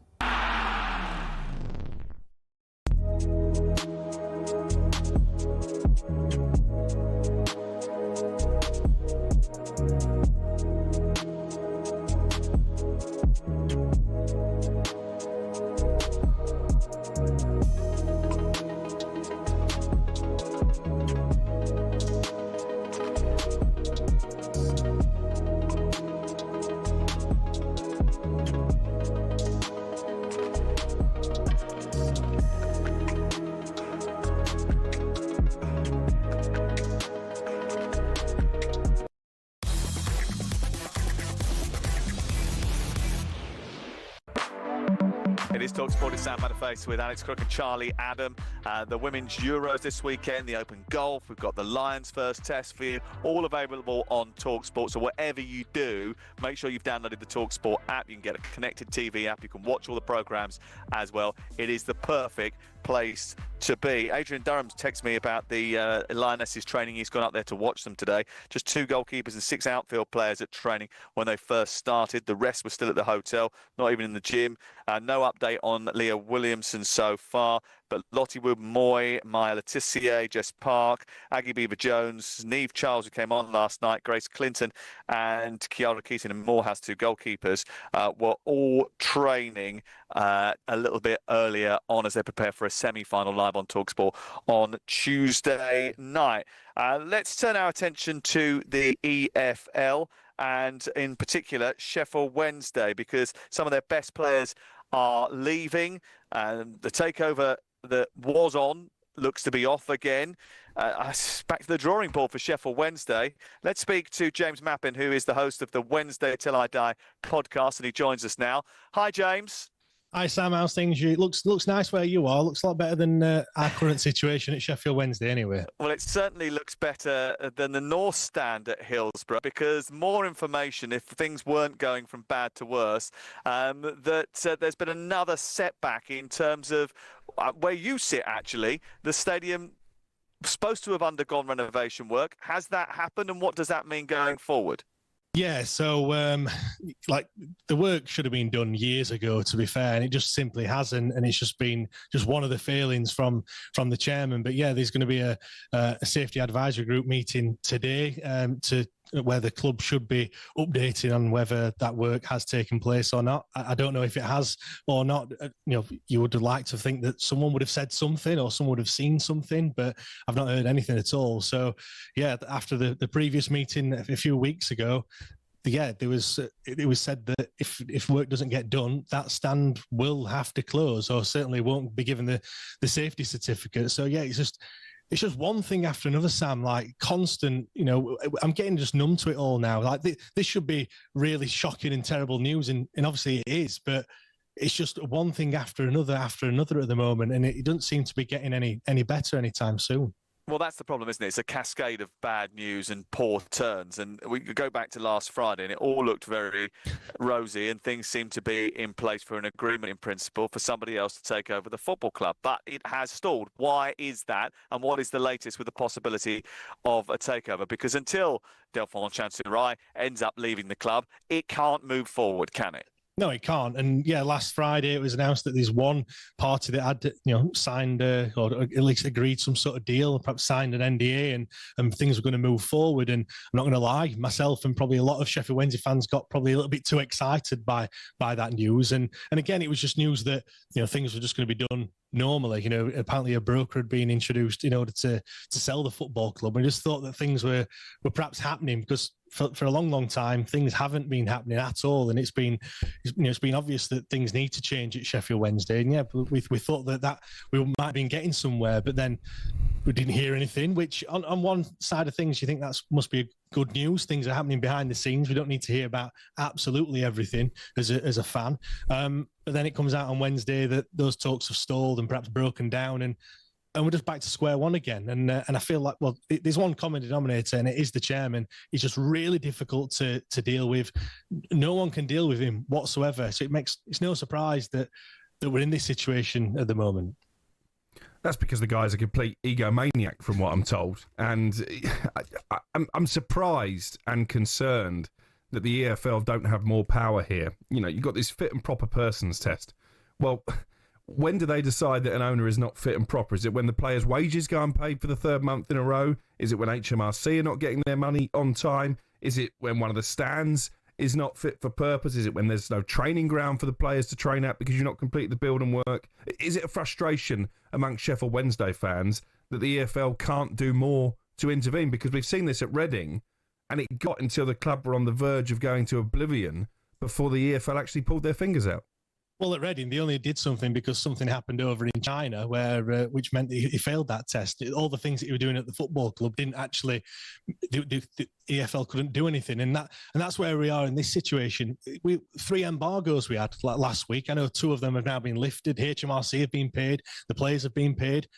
This is just things that should happen on a day-to-day basis. We shouldn't have to be talking about these sorts of things. And yeah, I do hope that the EFL can do something. You know, apparently the players have left. You know, Josh Windass and Michael Smith have left because there's no guarantee that they can actually be paid next this coming month. You know, staff are going to be also worried whether they're going to get paid or not. And it's just one thing after another. You listed that, the long list there of things that are going wrong at the football club, and there's many more things as well that you can add to that, Alex. And we're just in a real sorry state at the moment, and it just needs to be highlighted. And yeah, obviously the Sheffield Wednesday Trust are speaking to the EFL, constantly. But last time they presented a lot of information to the to EFL, and they said that there's nothing there that makes him fail that test. And you just think, how can that possibly be? Well, I suppose the EFL will say that they are driven by the guidelines that they have got, not what we would like them to have. And one of the things that the football regulator might do is fill some of those gaps. But there are so many issues here that clearly someone somehow has got to find a mechanism to relieve Chancery of control of this football club, because this is not something that's happened in the last couple of weeks. This has been going on 4 years. I think it was highlighted when they got out of League One and ended up parting company with Darren Moore, and it sort of became more well known just how difficult Chancery was to deal with. Anyone who saw him at the fans forum, where basically he just as Crook says, he just wants to be the centre of attention. He doesn't like anybody else being the centre of attention, and he wants to do everything his own way. He comes across as a little bit like I'm not even sure what his real motivation is for even owning the football club. It seems very, very strange. However, you've got a situation now where the season kicks off in, 2-3 weeks' time? And what's the situation with Danny Rowe, and how do you feel about him? Yeah, well, is he the manager? Is he not? I've no idea at the moment. He came back to training on Monday, which he'd been absent for the first couple of weeks. Initially, you think that's a great move, that's a great step forward, and we've got a little bit of clarity on the upcoming season. But then you hear news that apparently he's not taking training yesterday or the day before that either. You hear that players don't want him back. Apparently they've kind of come together and said that we don't want him at the football club. And there seems to be just a standoff between. And do we know why they feel like that, James? I mean, just explain to people why they feel like that. Is that because they felt abandoned, that he didn't go back to training? I mean, nothing's been said kind of officially, but my own opinion is they've not been paid. They're turning up for training. He obviously wants out. That's quite clear with all the discussions that have been had and podcasts that he's done over in Germany since the end of the season. And yeah, they probably feel a little bit betrayed by him, but they're turning up and he's not. So yeah, Well, this is another mess the owners created, isn't it? Because my understanding is that Henrik Pedersen, who signed a new contract, he was Danny Rowe's assistant, he signed for another year, he's been promised a manager's job. And then all of a sudden, Danny Rowe declares that he's ready to return. So effectively, there's 2 managers. Charlie, obviously that isn't sustainable. No, absolutely not. And I think ultimately the manager he's the forefront of the football club. Whatever the owner is, the owner. But the manager has to stay strong. He has to be with his players. I just feel that there's been too much public knowledge of where Danny Rowe's going to go. He's been linked with every club. He's obviously been trying the jobs. He's been linked with, Leicester and different other jobs there. First and foremost, what we must say is that Sheffield Wednesday is a wonderful football club, with big support. Huge club. I only played there Huge once, club. but the feel of being at that club was like a Leeds United or big club within English football. Is going through a tough time. The owner is obviously proven hard to deal with. Similar to, and I'm not using an example, but Morecambe is similar in terms of it's difficult to sell the football club. The owner has a value of what he wants, but it shouldn't be this way that, players shouldn't be getting paid, other staff shouldn't be paid. But again, there's no leadership. The manager should be at the forefront. He should be. It is tough, it is tough being the manager, but again, you're the head of the club. They put you there. You can't walk in and decide when you expect to come back. Absolutely not. But again, Sheffield Wednesday have to pay the manager to protect him because he's on a good buyout clause, and they want to try and get some money for him. Possibly he's been told from these new investors, new owners, that we want you as the manager, so you have to come back. It's tough. It's tough as a group of players, and I know Barry really well, and obviously hearing this that they've rebelled against that. Of course, they want their leader to be there and they want to back him. But if they feel that there's a disjoint and there's a manager and the players and the other staff on their own, then it's going to be very difficult for the manager to come back. And ultimately, the football club is the important thing. And we don't want a situation where it goes really, really to the end, similar to like Reading. And we want Sheffield Wednesday to be sorted. But it's not easy to find owners that want to invest in football clubs. It's fascinating, isn't it? Because Barry Bannon, you would say, has seen it all because he's been at Sheffield Wednesday for so long. But yet every time you think that, he ends up seeing another chapter, and not necessarily a great one either. James, you started the conversation by saying that you were a little bit numb to the whole thing. Every day you seem to get a revelation which ends up giving you more trepidation about the future. So what happens next? What is your greatest fear here? How much worse can it get before eventually Sheffield Wednesday becomes no longer a football club in the way that we recognise it?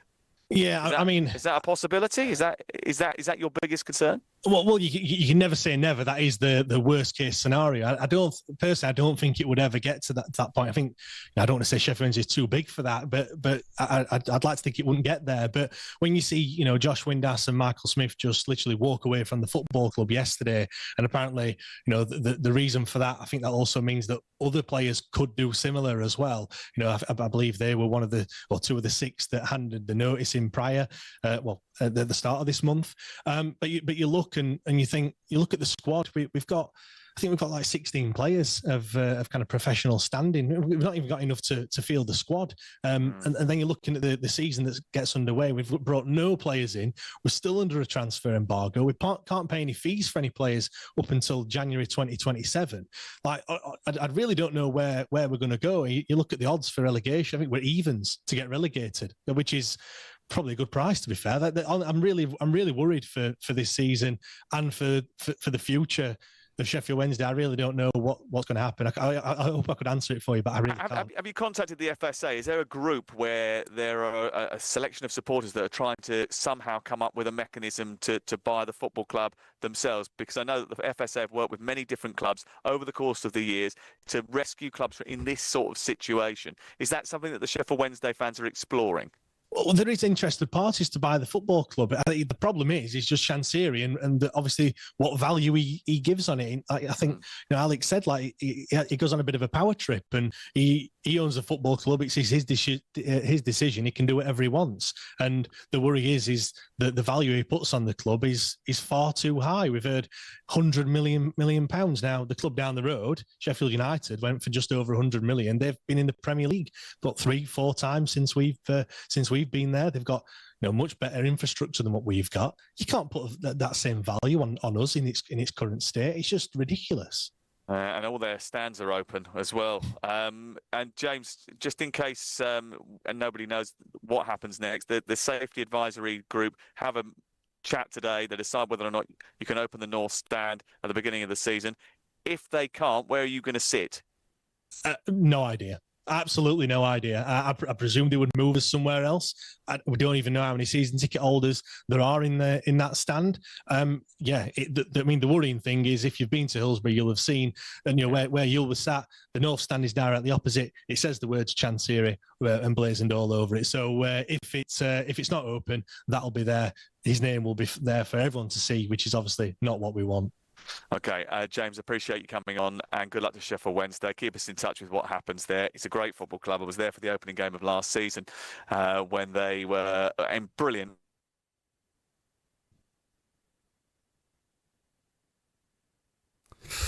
We just seem to have lost Sam's connection over in Switzerland there. Breaking news, by the way, big breaking news as far as Manchester United are concerned. Deal now agreed with Brentford for Brian and Mbeumo. It's a £65 million deal guaranteed, up to £6 million in add-ons.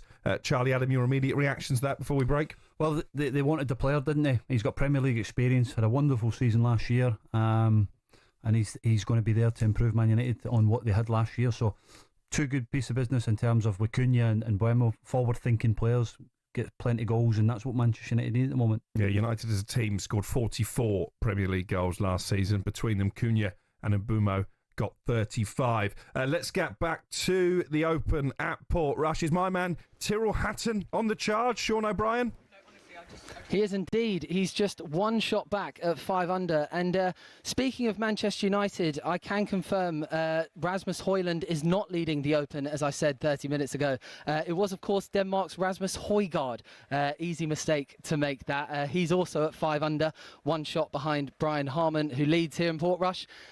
Two players at 4 under par, Haotong Lee and Matt Fitzpatrick, who tees off in just under 2 hours' time. Jakob Skov Olesen was there with them, but he just made a quad bogey 8 at the first. Harris English looking very good as well. He's just one shot back at 5 under par. Just a reminder, Rory McIlroy's within 5. It's been a slow day for him, and he's found more trouble at the 9th. But Harman leads the way, and there's live coverage over on talkSPORT 2. The Open Update on talkSPORT with Arnold Clark. Everything for your car, all in one place.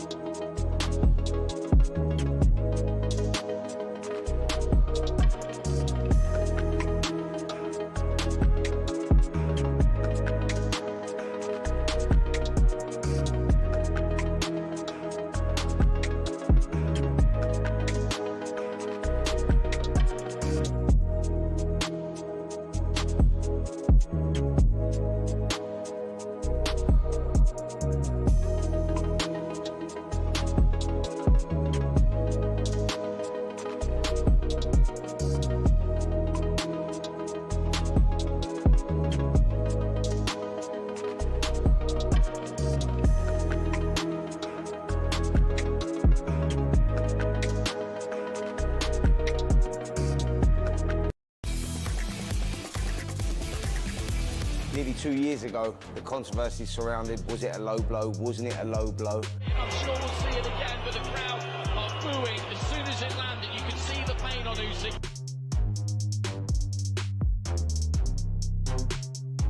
This is what I want, and now we're getting it on the big show, and yeah, gonna put it right. Gets Dubois going, and now Dubois coming back.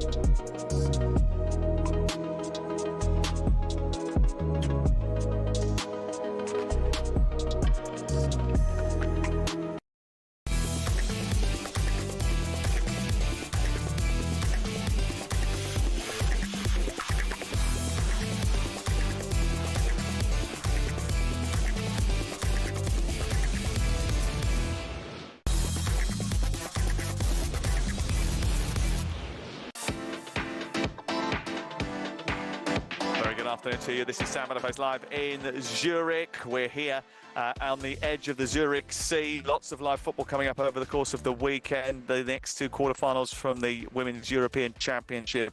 talkSPORT 2 Friday and Saturday night. The semi-final, England against Italy, is live on Tuesday night as well. Over on talkSPORT 2 right now, we're following the golf. The Open is live, and right here on talkSPORT with White and Jordan and Selco Builders Warehouse, it's where the trade go.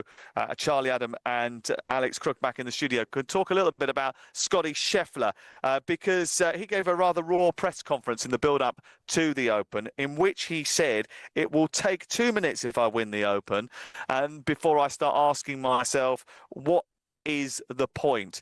Look, it was quite raw. It was quite intense, really. We had tennis players coming out and saying a similar sort of thing earlier in the summer about, needing something else and not necessarily getting that same sort of buzz.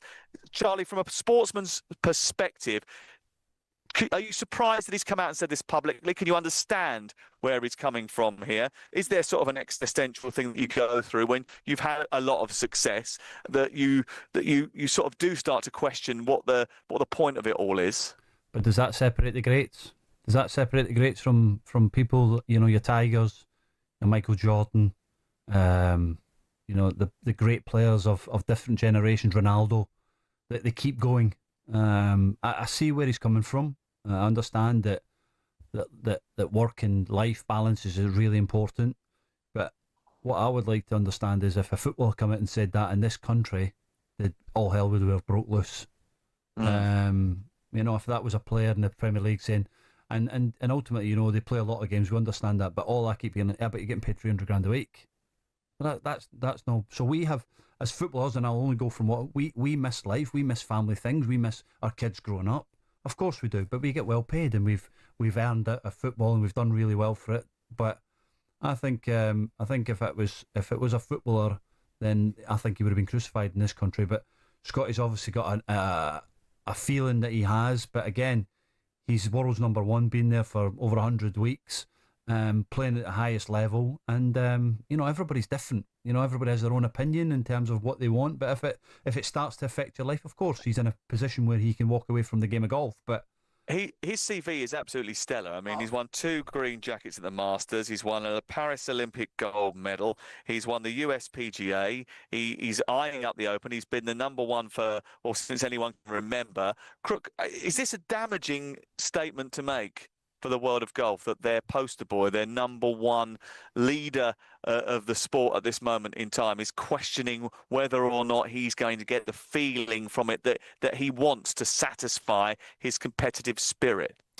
I'm not sure he's their poster boy. I think if you look at the reaction from golf fans to players around the world, I think Rory McIlroy probably is more popular than Scotty Scheffler, but I understand where you're coming from.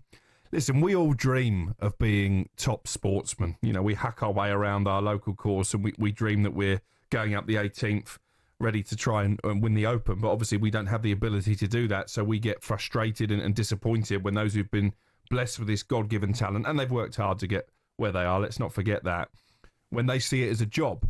But ultimately there are sportsmen, and I've spoken to footballers who don't particularly enjoy football, who do see it as a job. Yeah, but again, Ben White, and I'll use Ben White as an example, he turned out and said, I don't watch football, and he got crucified. He got, why? Why do you not watch football? Players are different. I'm different. I love the game, and I've watched the game when I was playing, but also watch it now because of management coaching. But if a player had said that, if turned around and said, well, that's strange, why would you not want to watch football? People are different. The generation of players are different. They don't want to watch football. There's no problem with that. It doesn't mean they don't love the game. Of course they do.